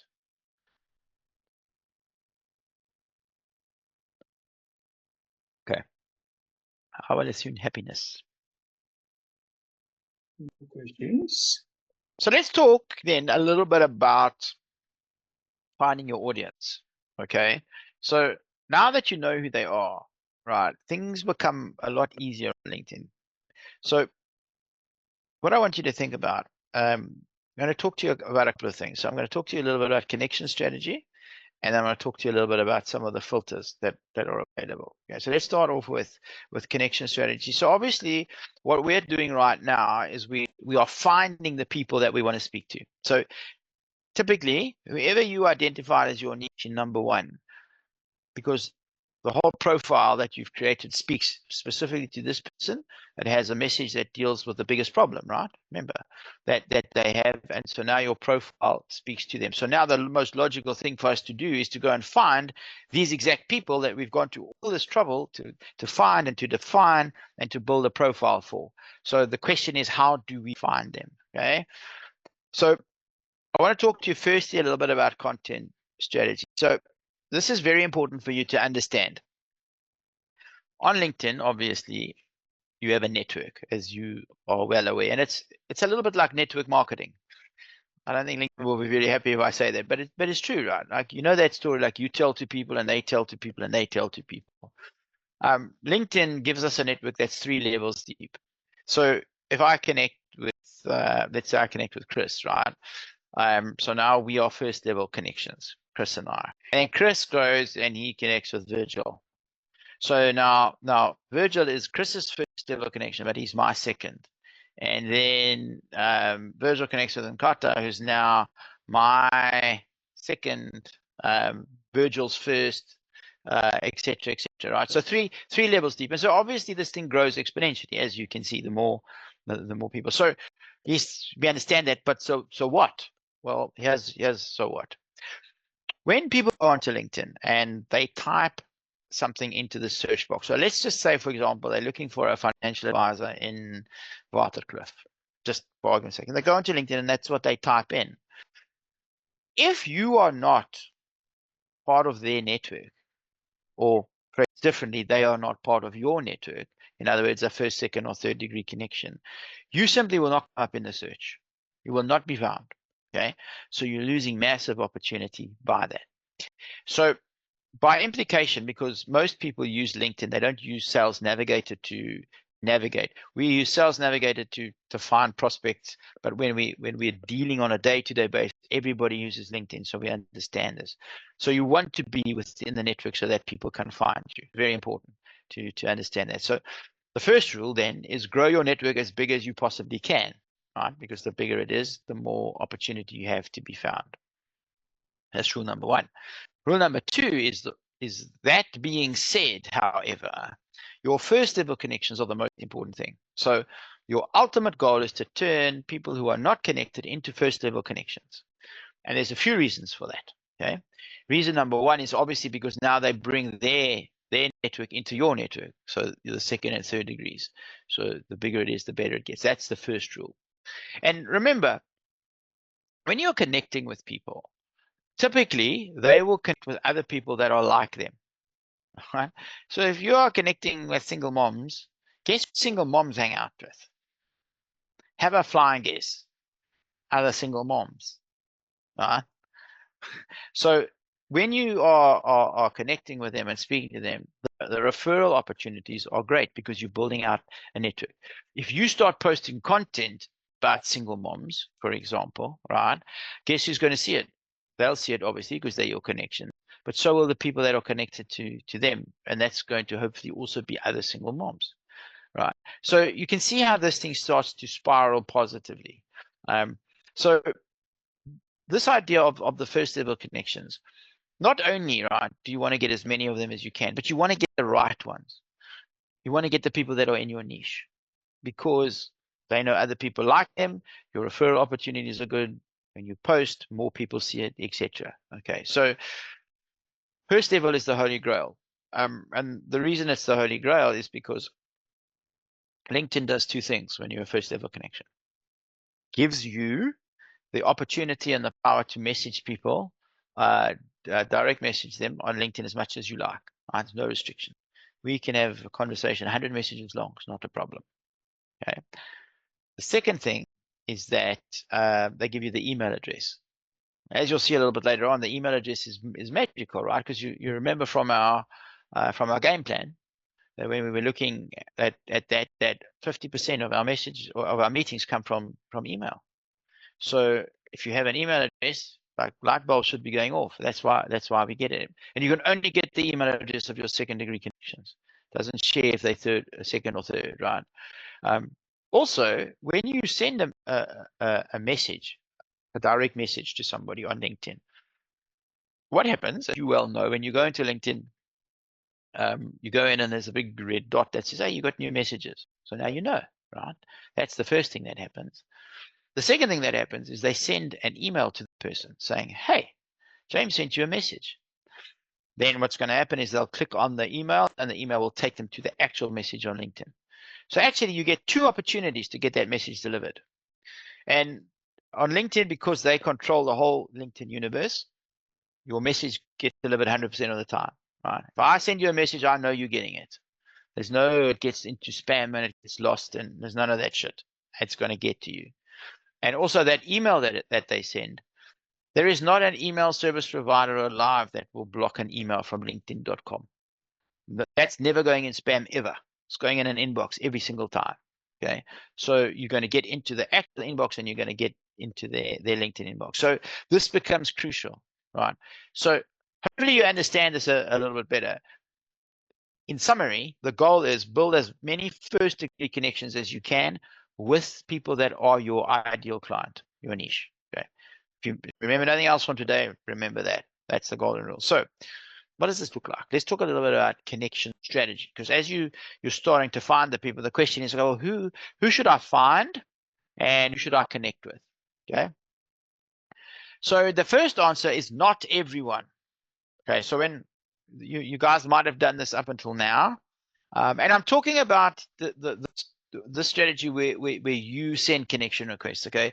For inbound, it can be a little bit different because you as financial advisors, you never know. You potentially could work with all sorts of people. So if someone's sending a connection request, unless it's fairly obvious that they potentially trying to sell you something, in which case you might say, okay, no. But if you're not sure, just accept it. But when you are doing the outreach, in other words, the system I am teaching you, I do not want you to send it to everyone. Okay, it makes no sense whatsoever to do that.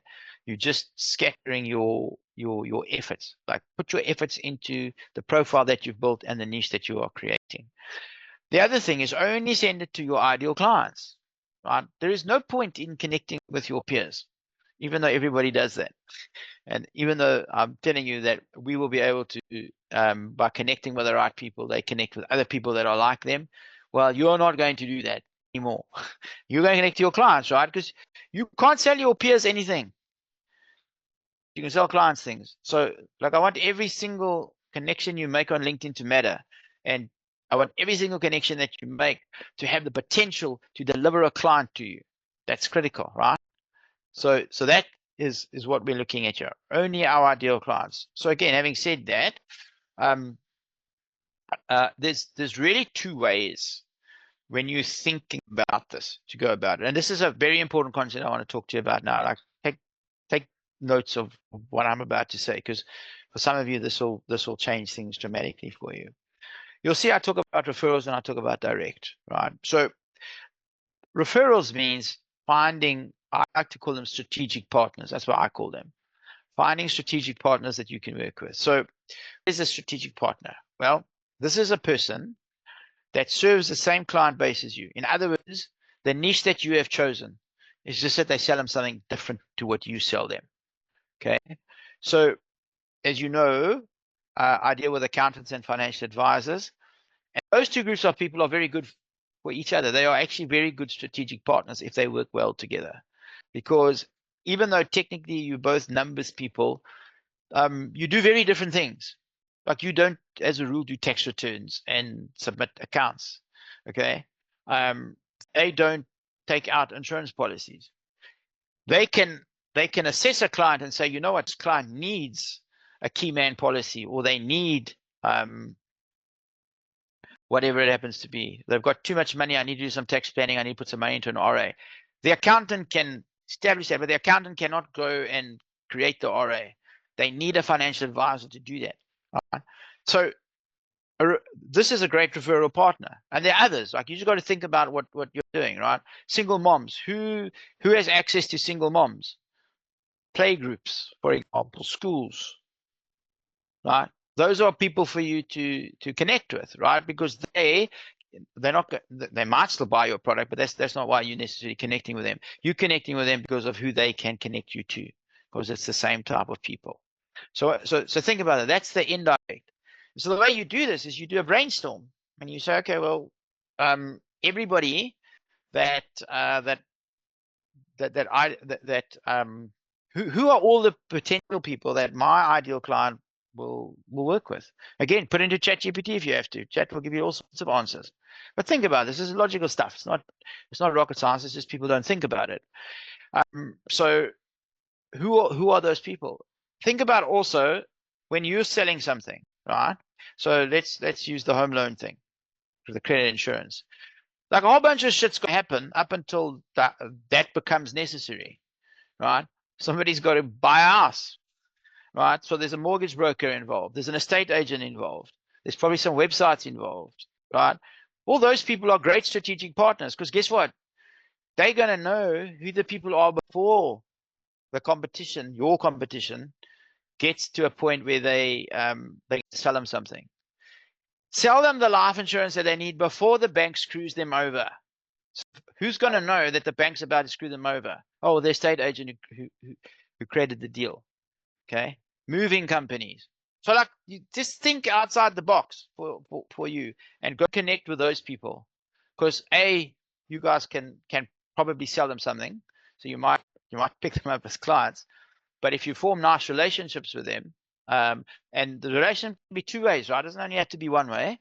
You refer your clients to them and they to you, right?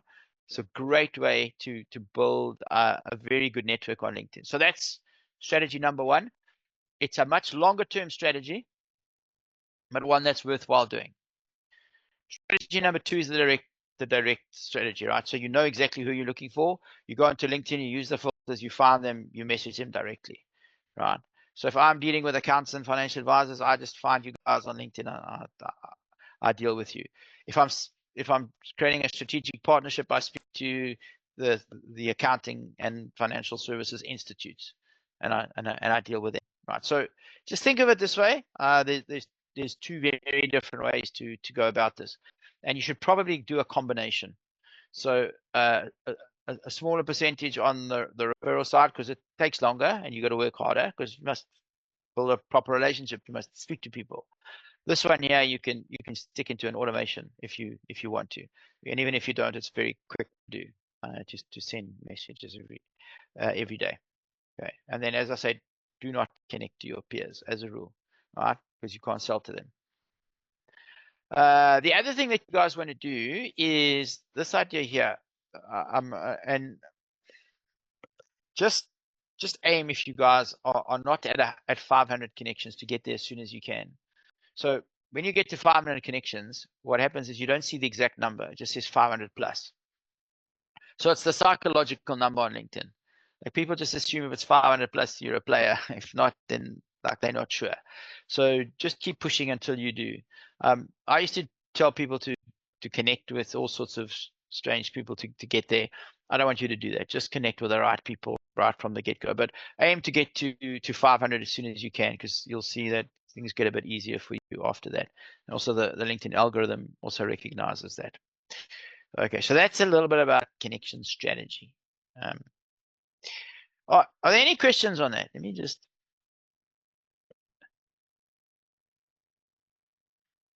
Questions or comments on that? Well, not on that, but I forgot to ask about, because now we might move even further forward. When you asked if there's any questions about that calendar link thing, I didn't ask if you're still going to show us. I will. Probably not today, but I will show you. Yeah. Okay. I will show you. I might show you today. We'll see. But yeah, I'll definitely show you that. That's huge. Makes a massive difference. Yeah. Okay. So did did that open up maybe a couple of aha moments for you? Yeah, look, here's the thing with me. My network, I think most of my network is in, right now, the network I have is in, it's lecturers, it's doctors, nurses and stuff. And well, first of all, I know doctors, they usually would go with PPS because of the special value proposition they have for them. So they're actually doing no next to nothing for my for my business. So does this mean now I need to I don't know, go now change? Do I have to delete them? No. Or You can never. just add? No. Just add. Never delete anybody, because the people that are there are adding their network to yours. So we don't delete anybody. Just from this day forth, change your strategy. No, never delete. Well, not never, but no, you're not going to delete now. You can have up to Okay. 30,000 connections. So you only, there's a long time before you have to worry about deleting anything. Yeah, not true. Yeah, no, just keep what you got. Unless it was absolute rubbish, when your network clearly is not, because they're going to be connected to good people. And some of those connections are going to see your stuff over time. So there's a lot of value in it. But as you point out, not so great from the perspective of necessarily dealing with them. But these are good observations to make. So remember when we were talking about the jar of jelly beans? Like there was a time when doctors were in your jar, and then you realize, well, actually, they don't really buy my stuff, so I'm throwing them out of my jar. So doctors are no longer in your jar. Maybe it might be the same for teachers, etc. Only because you might move over to banking. Oh, that makes a lot more sense. But you might say, no, I like the teachers; they can stay. But this is a great way to look at it as you start to build through everything. All right, cool. So let's talk about filters. So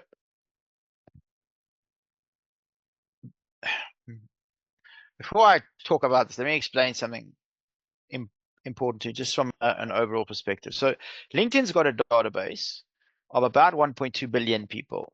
And for all intents and purposes for us, the South African database is somewhere between 13 and 14 million, okay, which is enough for all of us, plenty of people. So that's the database that we're looking at.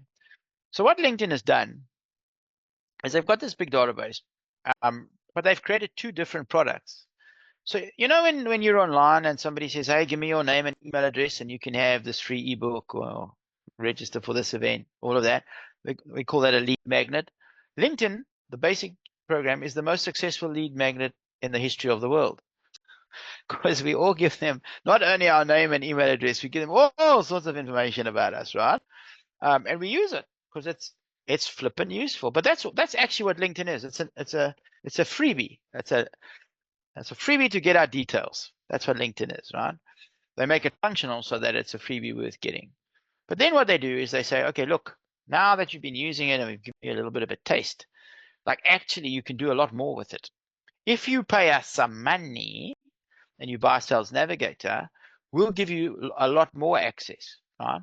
So the more access comes in two flavors. The first thing that a lot of you will start to experience if you don't upgrade your Sales Navigator is that you're quite limited. If you don't have a Sales Navigator account, you're very limited in what you can do. So it limits you in the number of transactions you can do on a daily and sometimes a monthly basis. It limits you in the number of searches you can do a month. And it becomes a real pain in the ass if you are really using it judiciously for lead generation. Okay, so out of frustration, because they put these limits in and we hit those limits quite quickly, that's one of the reasons people buy Sales Navigator. But the other reason, all right, is that you'll see, there's a lot more filters. Right? You have access to a lot more information. So depending on your niche, this may or may not matter.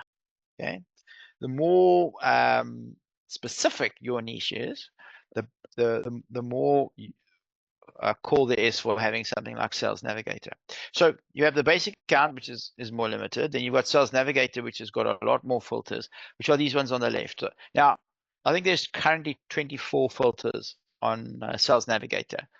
They're not all important to us. These are the important ones, right? These are the ones that we need to think about to use. So I'm going to go through this with you. So at a very high level, let's just talk about this. So if we're talking about accountants, right? So I want to find accountants, let's just say.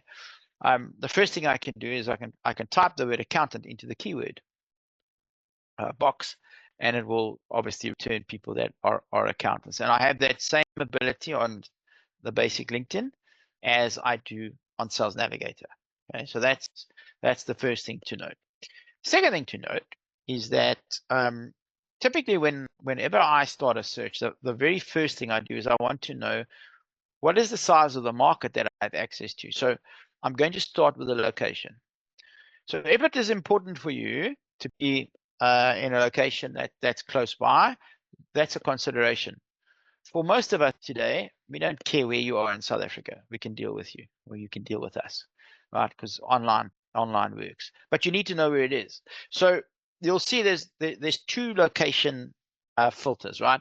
The first one, which is available to both basic LinkedIn and Sales Navigator, is this sort of regional. We call it the region location. So if you think about it, we'll start off with countries. So we can deal with South Africa. In fact, it even starts off with continents. We'll start off with continents and then we'll go down to countries. So you know, South Africa or United States or Australia, right? It could be further broken down to provincial. No, I want Gauteng. No, I don't want Gauteng. I want the Johannesburg metropolitan area. No, just give me Johannesburg. Actually, no, give me Edenvale. So you can really drill down quite far, as long as those filters are actually on LinkedIn itself, and for the most part they are. So you can be reasonably specific, right? Sales Navigator, if you look down here, this one over here, you'll see it's only Sales Navigator. They call it the postal code. I call it the radius filter. But what happens, so here's an example, right? I used to stay in Edenvale. So my postal code in Edenvale was 1609. So when I activate this filter, I type in 1609, and then I can choose like a radius around my my position. So people that are in this case, it's 55 kilometers of where I'm situated in this area, which is donated on the map as 1609. So it's kind of cool, right? So if you need to be in a position where you can actually get to people, they can get to you, where physical accessibility is important, and this is a really good filter to have. Otherwise, it probably doesn't matter. You can just use the top one. Then the next one obviously is industry. Okay, so which industry are they in? So this is what I was saying to you earlier, is like if you have an industry bias, it's easy. So there's a list for accountants and financial advisors. Okay, there's not really a list for homeowners, so you're going to have to think outside the box. Okay, but there's a list for bankers. All right. There isn't really a list for single moms, but you can make some assumptions. So where you have an industry bias, you definitely want to use it, because it accelerates your ease of finding people dramatically. So obviously in this case, because I'm looking for accountants, I would type in accounting. This is going to give me people that work in the accounting industry. Many of them will be accountants, some of them will be PAs, some will be bookkeepers, some will be clerks, some will be auditors, but at least they're all in the same industry. Okay. Then the ones that start to matter to you guys are the job title. This is probably the most important filter on the whole of LinkedIn. Okay, is the job title. The reason for that is that's the one that's always up to date, and that's the one that users self-fill in. So remember in the experience section, that was the one where I said to you, what do people search for when they're looking for you? Put that in as your job title, because this is where it comes up in the filters. You have a limited access on LinkedIn, but you do have access. And you have lots of access on Sales Navigator, right? So I would know that I'm looking for somebody that's an accountant or an audit partner or a managing partner, something like that. That might be their job description, okay? So again, I'm applying it specifically to this niche of accountants, and I can go and find them. So this gives me an idea of who that decision maker is. So I don't want to find an accountant, for example, who's running a business or who's working for somebody else. Let's say somebody who's on a mine, accountant on a mine, right? Because I'm saying client acquisition. That accountant is not interested in client acquisition. He's doing other accounting work, like creating financial statements and creating consolidations and deferred tax. So I've got to be quite specific. But if I say audit partner or managing partner, okay, that means somebody is running an accounting practice. Okay, now it makes sense. So you must think about these definitions. Don't just throw any old shit out there. They make a lot of difference in terms of who you'll find. Then seniority levels. So again, this is around the decision maker. You don't have a bazillion options on LinkedIn, but it'll take you all the way from owner and partner all the way down to people who are interns that are not even getting paid. So it sort of starts off owner, partner, then it's kind of C-suite, C-level executives, they call them CXOs, anybody that has got chief in the title, chief executive officer, chief financial officer, chief information officer. Then it's directors, then it's management. So they've got senior management and less senior management, and then it starts to be senior people and then everybody else. So you got to think about who you want to speak to, and the seniority levels can help you. The other thing with job title, by the way, is again, for those of you that are looking to deal with people that have got jobs, in other words, not entrepreneurs, the job title is telling, right? So going back to the parastatal idea, if you were looking for teachers, like what does a teacher call themselves? A teacher. They might call themselves a primary school teacher or a secondary school teacher, but it's still going to be teacher. Okay. If I'm looking for, I don't know, attorneys, then I can say attorney, but maybe I'm looking for something specific. I'm looking for a patent attorney. Then I'll type in patent attorney, right? If I'm looking for SDRs or BDRs, I'll type that in. So just think about it. There's a lot of scope here in the job title. Okay. Think about what do the people who you want to deal with call themselves, and that's the thing you want to search for here. Right? It's the reverse of that idea of what are people going to search for when they look for you. Okay. Hopefully that's making a lot of sense, because this is probably the most valuable filter you will have. Then there's the job function. This one is not very useful, and I'm trying to think if it'll be of any use to any of you. Probably not. So what it is it's related to this industry, right? So every industry has got certain job functions. So take, for example, your industry, financial services. Well, we've got you guys who are in financial services, or technically you might be in business development. But there's other people that are in admin and finance and HR and logistics and all that shit. That's what this is. So typically we will be rather finding people based on their job title and their seniority levels. If you're lucky enough to be in an industry where function matters, then awesome, right? Like, I don't know, if you're in logistics, for example, or if you're in manufacturing and you're looking for, I don't know, the plant manager, right? That might be a function that you can find, but it is very unlikely. Okay, but just bear in mind it's there.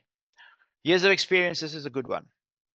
So this is going to tell you quite a lot of information about people, because LinkedIn doesn't give you tons of information, but it breaks it down like this. So it'll say less than a year, 1 to 2 years, 3 to 5, 6 to 10, 10 or more. Okay, so it gives you a bit of an indication of who you're dealing with. So if you've got a bit of an age range or an age group in mind, then this helps you. Okay, because if somebody's only been working for a year, well, maybe they don't have enough money to afford your products yet.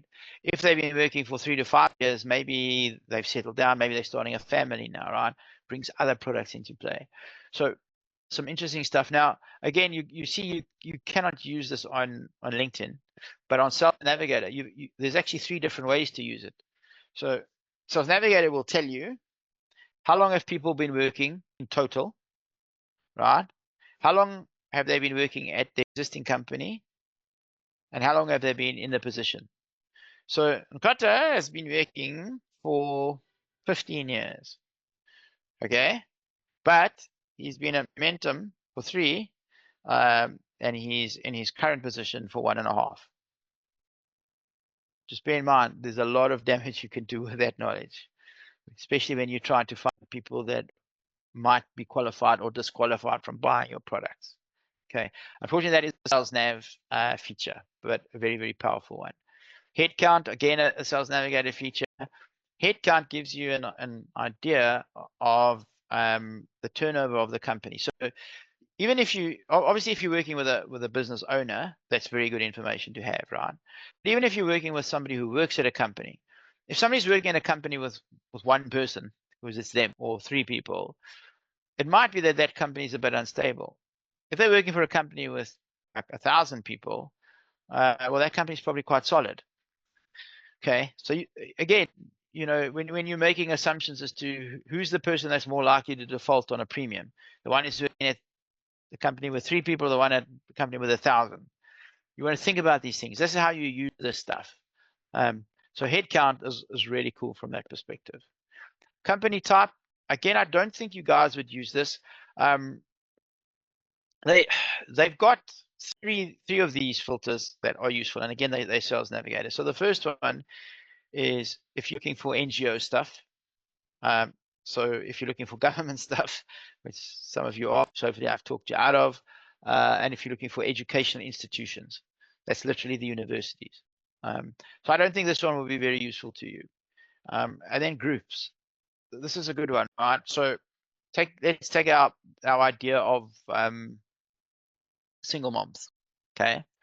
As you've seen from the rest of this, if you got to this point and said, how the hell am I going to find a mom, right? Because there's no filter for mom, but there's going to be groups on LinkedIn. There are going to be groups that single moms have joined. There might be a group called Single Moms in Johannesburg. There might be a group for single parents, right? Yes, you see where I'm going with this? The people that are in that group, guess what? They're single parents, right? So you already know they're in your target market. Based on some of these other filters and features, you can kind of work out how old they are, and from that you can kind of deduce how old their kids are, and then you can work out if you can sell them a policy, right? So this is how you intelligently use LinkedIn, and you use the filters when you're looking at it. All this stuff we did up till now, the reason I said to you, I know it's boring and it seems like a pain in the ass, but when you've got it, and the more you know about your ideal client, when you get to this point, now you can find anybody. Okay, this really lets you think outside of the box to find anyone. Any questions at this point? So let's say I've exhausted like my first filters of, like I said, accountants and all. At a later stage, can I change and put maybe lawyers now? Yeah, of course you can. Okay. Yeah. So your job for yourself, right? Your primary objective is always going to be to stack the deck in your favor. So everything that we've done up until now is to just give you the best chance of making the sale. That's actually bottom line. So we do the best things first, but sometimes you run out of the best things. Then you do the second best thing, then the third best thing. And then by the time you've done that, the best thing has been replenished. Because remember, they add 3 people per second on LinkedIn. Also, what happens, right? I said to you a little bit earlier, connect with second-degree connections. So there might be a bunch of third-degree connections today, but now one of the second-degree connections that you send a connection request says yes, they accept it. Then all those guys that were third, that are part of his network, are now second. So actually, tomorrow you have more second-degree connections than you had today, just because one guy accepted a connection request. That's just the way the maths works on this thing. But yeah, you certainly can branch out. There's no issues there. Any other questions? Okay, let me just talk about some of the go-to filters. So the first one will be location, as we spoke about. So for most of us, it's South Africa. And again, it's just so that I can find the size of the market. Okay, and we'll jump onto LinkedIn and Sales Navigator in just a second and look at 1 or 2 examples. Then there's relationships. So relationship being first, second, third level. Obviously, when you are prospecting, you want to exclude your first levels because you already have them, right? We're trying to find second levels that are going to become first levels. Now, you're going to have an option, because you'll remember from earlier, you can send connection requests to to second degree connections, third degree connections, and people that are in groups that you are members of. But, okay, I want to try to encourage you to only send to second degree connections for a whole bunch of reasons. Reason number one is LinkedIn likes it. Okay. The algorithm appreciates that more and tends to work against you if you're doing too many third levels. The other thing is a second degree connection, right, by implication, because of the way it's structured, means that you have at least one other first degree connection in common. And you guys have seen it yourselves, right? When you go into LinkedIn and you get a connection request that comes in from a third degree connection, you've got no reference point. You've got nothing. The only thing you can go on is like, what does their profile look like? There's nothing else. You don't know much about them. Whereas anybody who's a second degree, at least you can see who's connected as first degree connections, and it'll give you a little bit of comfort. Oh yeah, it's connected to Joe. This is my big mate. Yeah, I know Joe. Okay, well, if it's connected to Joe, it must be okay. That's how our minds work. So try to do second degree rather than third degree. Okay. Maybe in the beginning, if you don't have a lot of connections, you have to do third. Fine, then do it. Okay, but as soon as you don't need to do third anymore, go to second, always. And then we spoke about industry. Industry is a tricky filter. It's not always the best filter, but on LinkedIn, sometimes you have to use it because you don't have access to all of the others. The reason that industry is not the best filter is because, remember, when people fill out a LinkedIn profile, you have to select an industry, but you can only select one, and it's got to be from a list that LinkedIn gives us. Okay, the list is comprehensive enough today to find your stuff in there, but you have to select one. So again, in that example from before, if you are an accountant on a mine, what industry are you in? Are you in accounting or are you in mining? Right, and that can have quite an impact on us if we have an industry bias with our ideal client. So just bear that in mind. And then the other thing, of course, is that people move, right? So they'll move. So if they move from one job to another, they'll change the job description. But if they've moved from one industry to another, they'll change the job description, but they won't always change the industry. So sometimes you can get kind of strange results. And if you search for an industry, like again, if I search for accountants, I'm going to find people that are all sorts, right? So accountants in practice, which I don't want, trainee accountants, bookkeepers, auditors. So there's a lot of people that I need to exclude that will be included because it's such a broad search. So the more specific you can be, the better. Okay. And next week I'm going to show you how to get a little bit more specific. I think it'll be just too much for today.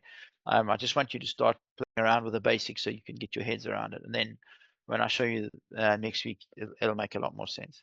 And then, as we said, we spoke about the job title and seniority, which not always that easy to find on LinkedIn, much easier to find on Sales Navigator.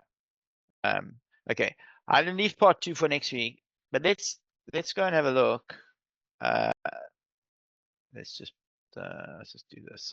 I don't have a million things going on. So if I'm in LinkedIn, right? And I go ahead and I can do search. So let's just use the banking example. So if I type banking, all right, and this is just the best way to activate this damn filter. Just type something in and click enter. Okay. So when you type something in, you have all of these options here. Okay. Most of them we'll talk about next week, but for today, we want the people option. So if I click on people, what this is telling me is that the people that have the word banking in their profile. Now, something to just bear in mind, that when you are looking at the filters, when you use the search box, what it does is it searches the entire profile, right? So almost 8 million people, as it stands, before I've done anything else, have the word banking somewhere on their profile. Okay, these are them. Now, clearly that's not good enough. We have to put some other filters in here, right? So the next thing we want to do is to click location. So we actually want South Africa. But you can see now, LinkedIn is kind of smart, right? Because it knows I'm in South Africa. So it says to me, do you want South Africa? Do you want Gauteng? Do you want Johannesburg? Then for some reason it gives me India. Don't know. And United States makes sense because I do prospect there. If that was the United Kingdom, I would say, oh, okay. But okay, just give me South Africa, right? Let's see what does that give us. 123,000 people. Carter, can you cope? Yeah, no. I'm following. Okay. Now, you'll have there's all sorts of people: banking, finance, accountant, investment banking, senior banking analyst, private banking, there's all sorts of things which you'll know more about than the rest of us, right? What does all of that mean? But again, this might be worldwide. In South Africa, we might want to drill it down. So let's go for second. Now, I'm not in the banking industry, but still, even though I've still got 40,000 second level connections, right? Because obviously people in banking are closely linked to accountants and financial advisors. So for me, this is not too far away. But now I've got 40,000 people, right? That's my second degree connections. And if you click on your all filters over here, this is the sum total of the filters that we have available on LinkedIn, right? So starting at the top, we've already selected second. We've got our location. If I wanted them from a specific company, so let's go for F&B, right? Because those are your canonis, 2,600 of them, right? Now, bear in mind, these 2,600 are my second degree connections. If you do this, you might get a lot more or a lot less. Actually, depends on what your current network looks like. But okay, so let's go back to all filters. I may want to use F&B, I may not, right? Connection of, I'll talk to you about that a little bit later. Followers of, again, later. Past company, so they used to work for F&B. Sometimes that's quite useful. Which university did they go to? Because that's what school means, university. And which industry are they in? Okay, well, let's go for banking. We actually might not care, frankly, because as long as they were once in banking. But let's just say banking for now. And again, I'm going to just say show results so that we can see what difference it made. From 2,600, we're now down to 1,800. Okay. Let's see what else we got. We got banking. This doesn't make any difference to us in South Africa. It's going to default to English, so don't even bother with that. Open to, don't bother with that. These are the services. So we all have the ability to create service categories. I don't see any really for banking in here. So does this help me? Probably not a lot. I won't use that. Keywords, right? Now this title here, right? This is like your job title. That's where you find it. So when I said to you, going back here, that there's limited, right? So when I spoke here about job title, oops, sorry, did I mean to do that? When I speak about job title over here, and I said it's limited, here they'll actually give you a listing. I'll show you that in a minute. Yeah, you're gonna kind of know what you're looking for, but let's just say, I don't know, what do we got here? Banking advisor. Let's just say banking. All right. How many banking advisors do we have? Show the results. Okay. 47 of them. So if I was looking specifically for banking advisors, these would be them. Okay. So this is how you use this. Like, you guys might not really have thought about this before, and you might have just looked in and said, they just filters. No, they filters to help you define the niche that you define for the reason you define, the people that are the best for the profile that you've just designed. So when you send them a connection request and they go to your profile, they say, yeah, this is the right person for me. Okay. Hopefully now you're starting to see the wheel closing at the end. Why we started where we did, it was so important to find that basic stuff, and now how you get to use it. And this idea that I'm showing you on LinkedIn, you can take anywhere, right? Some of you might love Facebook. Hopefully I've talked you out of it by the time you've finished with this. But again, Facebook, same principles apply, right? In fact, you want single moms, Facebook is probably a better place than LinkedIn. Okay? Sometimes that is just going to be so, right? But they'll still look at your LinkedIn profile. So it's horses for courses. It just shows you it's when you know who your ideal client is, to be able to use these filters is amazing. Any questions so far on that?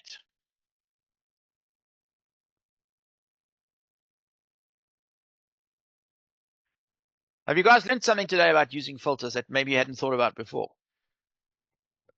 Yeah, lot. I was not Okay. even aware these filters they exist on LinkedIn. Yeah. This will make your life so much easier, man. Now you become super targeted. You're like a sniper hunter. None of this shit of, I have to speak to whoever comes. No. I speak to these people. These are my people. This is what I want. So So after I filter these people, I get them. Do I then send them the connect requests? yeah, we'll do that next week. But yes, you send them a Okay. connection request, 100%. Because Sure. now you're sending connection requests to the right people, right? Because what happens is, given over here gets a connection request from this Kata guy. Who the fuck is this? Let me go see. What are they going to do? They're going to look at your profile. Now your profile set up specifically for him. All it talks about is banking. I used to be there. I help Oaks in banking.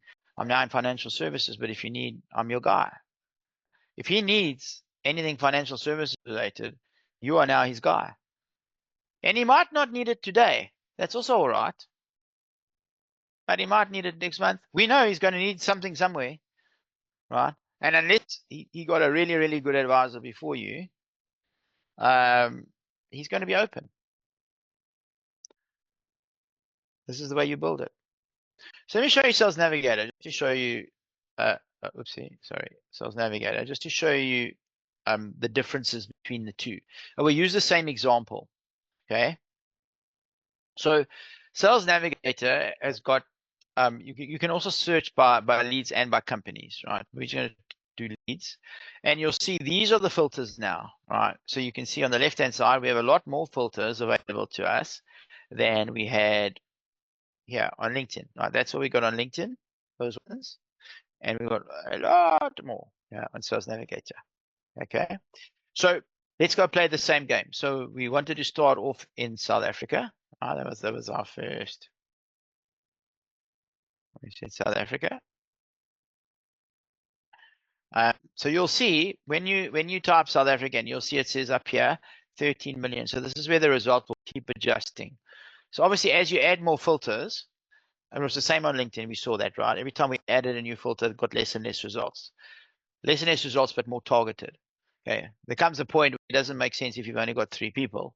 So sometimes you've got to give and take a little. But this is kind of how it works, right? So having a look at this in South Africa, we know there's 13 million people. Okay, so what we did on LinkedIn, I think we typed banking in here. So let's just do the same thing.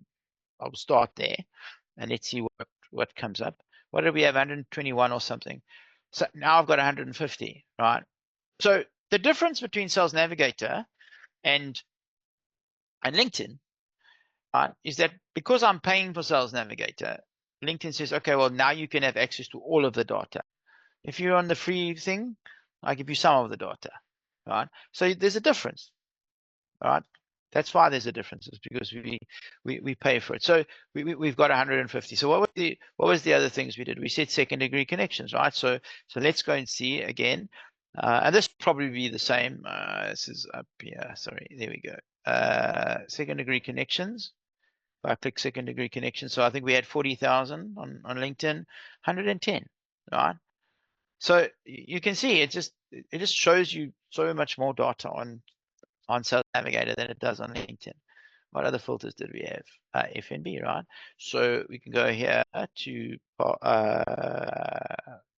current company, and oh, there it is actually. Oddly enough, FNB, 7,000 people working at FNB.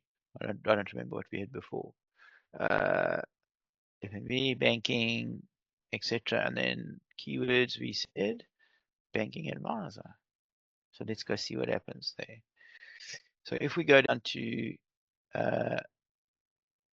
our role, and this would be our current title. If we typed banking advisor in there, I've got 144 results. Yeah, I had 47. Okay, so you can see Sales Navigator is a lot better at this, but a lot of this could also be quite generalized, right? I don't actually love this using banking, so I'm gonna get rid of that. Okay, I'm gonna get rid of that. Okay, why are you still giving me 144 results?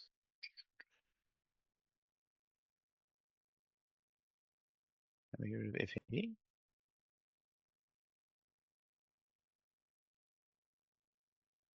Oh, it's because of Banking Advisor. That's what my big issue is. All right, so I've got 1 million results for people that are second degree connections in South Africa, right? So now let's go to industry. And let's see what they got for banking. Funny enough, I've never looked at banking. So they've got banking and they've got investment banking. All right, so cool. Let's include banking and then let's see what does it do to that million people.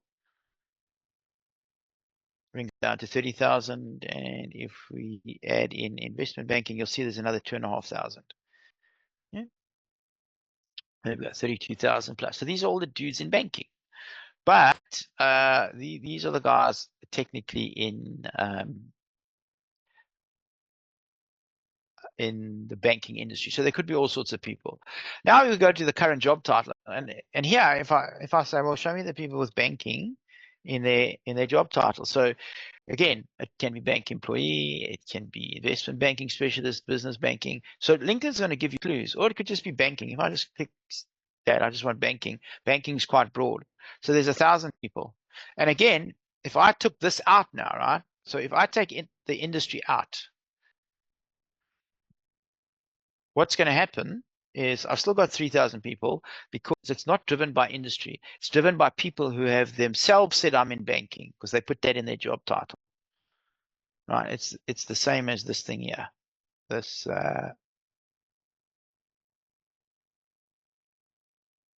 it's this title. So it's the same title. Okay. So if we said banking instead, 177 results. Right. So you can see how much more dialed in this is. And every time you change something, it changes. So you can type banking in here, you can type banking in here, you can banking industry.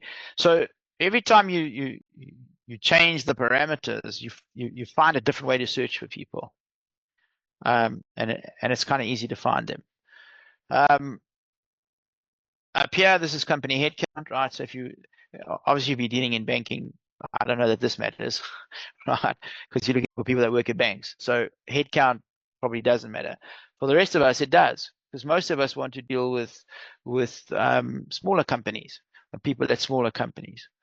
Okay, so that might make a difference. Seniority level, as we've said, these can be, let's say I want directors in banking. Okay, well, there's 224 of them. But now I'm a lot more targeted, right? Or there's 38 people who call themselves owners. There's entry level guys, 45 CXOs, experience management, 27,000. So you can see on Sales Navigator, you can really think this through, like really impressively, and you can dial in a lot more in a much more targeted way than you can with LinkedIn. Here's the experience I was telling you about. So down here is the total years of experience, and you'll see that's your categories. Less than a year, 1 to 2, 2 to 5, 6 to 10, more than 10. Right, and then you get to the role-based filters up here. This is how long have you been at the current company, same range, and then how long have you been in your current position. So for a lot of you, a change in job would be a trigger. A promotion's a trigger. So you can find them. And here, by the way, speaking of triggers, this will tell you the people that have changed jobs. There's 11 of them that have changed jobs in the last 90 days. So on LinkedIn, you can find this, on Sales Navigator, you can find this stuff. These guys, 3 of them, posted on LinkedIn. So I know they're active, right? So when I send a connection request, I know that they're actually on LinkedIn. It's not going to go to the 52% that are not. Those are the main ones that you would use. So what I would say to you guys, don't do this yet. Okay. I want to suggest you guys all take a trial of Sales Navigator if you haven't, but wait until we are ready. Ready means to the point where we've written out all your messages and you're ready to go. Then you can take the trial. So all of you have the ability to get a 1 month free trial, as long as you haven't paid for a LinkedIn product or had a trial of a LinkedIn product in the previous 12 months. That's just their rule. If you haven't, they'll give you a 3 month trial. If you know somebody else, there must be somebody at Momentum that's got, they can give you a 2 month free trial. So ask them to send you a link to give you a 2 month free trial instead of 1 month. Then you get 2 full months at doing this. That's my best suggestion to you is I want you guys to all use Sales Navigator for those of you that can, because it'll, even if all you do is you build lists and you store them up for later, that's also something that you can do. Anyway, I'm going to leave it there for today. I've covered quite a lot of ground. 1 second. Can you guys hear me? Yep, we can. Yes. Yes.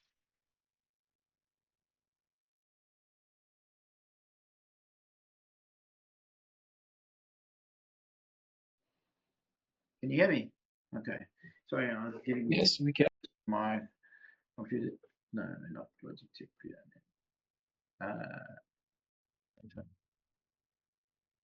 Hear me now? Am I good? Yes, Me you too? are. Okay, lekker, thanks. Okay. Do you guys have any questions? So if I had paid for a LinkedIn product before, would the other person be able to give me the trial link? So you're only going to get a trial if you haven't paid within the last 12 months. If you have, then you're screwed. So if I haven't paid, but I used that trial in the past 12 months, I didn't go on. Yeah, it's same exclusion, unfortunately, no. Okay. Yeah. So the tragedy is you got it and you probably didn't know what to do with it. So you wasted it. That's what most people do. And they say, it doesn't work, it's shit. It's only shit because you don't understand it. When you understand it, it's amazing. So that's why I started with LinkedIn, just to show you guys how to use LinkedIn. But even the basic LinkedIn, like there's a lot of power behind that. Next week I'll show you even more cool stuff. Right. I might, probably next week. I'll show you a lot more cool stuff as it relates to using LinkedIn as opposed to Sales Navigator to find people. There's some very clever ways for us to find them, which I'll show you. So again, it all depends. It's all dependent on you knowing who your ideal client or your niche is, and then knowing how to find them. Okay, so what I want you guys to do is all of you to just go through your profiles again and update it as best you can.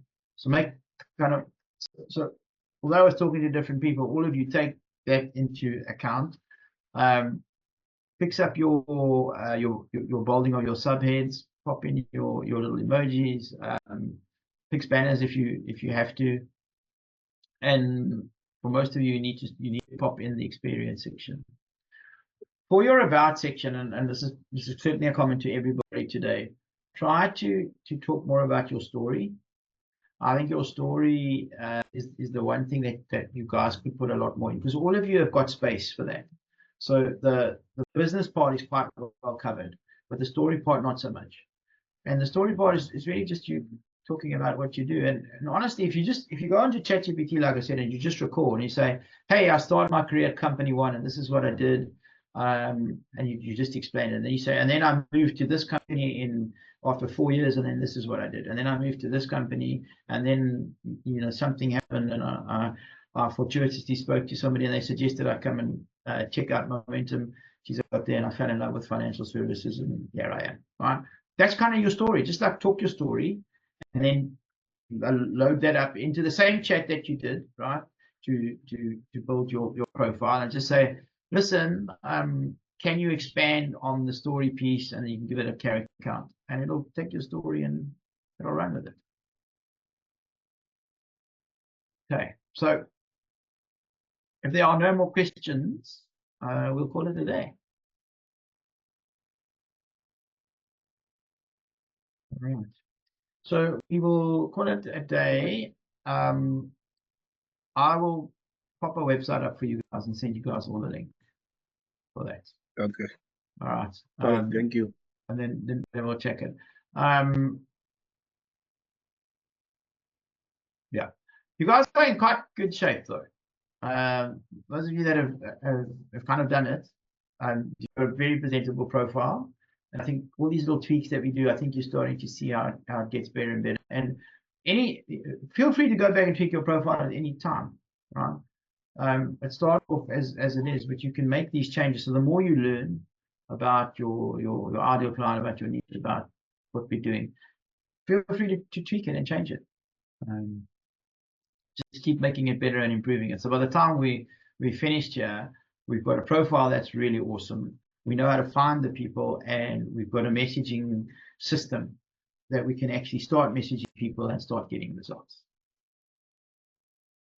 All right. Right. Well done, guys. It's a very good effort from all of you that we're in a position to do so. And thanks also for sharing, because I think that process of me going through it and giving advice on each profile, all of you must take the same advice, because it applies to all of us. And so what's cool that I think you can see is that all of you have got something completely different going on. So even though you all technically work for the same company, none of you are competitors. Right? Very cool, actually, when you go through it, because your LinkedIn profile is your LinkedIn profile. It's based on you, your authenticity, your story, your skill set, your everything. And that's the great beauty of this, is that this is why we can all do it, and when we bring our own personal touch and authenticity to it, that makes you stand out. So remember when I said to you, the definition of a niche is a group of people with a similar set of characteristics, right? And what that means is that we behave the same way. But that similar set of characteristics makes you the most ideal person to deliver the final service to them. Okay. So, for example, if you're in banking, right, or you run a fund, or you're a single mom, or you're a homeowner, there's some very specific people on this call today that would be better choices for you than others. In fact, if you're up against other people, the other guys are going to lose out, because you are the best person to solve the problem. Okay, hopefully you're starting to see how this whole thing really gels and fits together. Okay, last minute questions, otherwise we're done. Right. Well, nothing from my side. Well, we are done. All right, guys, thank you very much. We'll see you same time, same place next week. Thank you very much, James. All right, lekker man. Thank Thank you, James. All right, cheers and bye-bye. Oh, James, Yes. if you ever get a bond and you get credit life insurance, I'm your guy. Let me know. You're my guy. Okay, thanks, Lucas. You must never use let an opportunity pass you by to make a sale. I'm just letting you know. I'm just letting you know. I'm just letting you know. That's the way. You're getting into the spirit of it.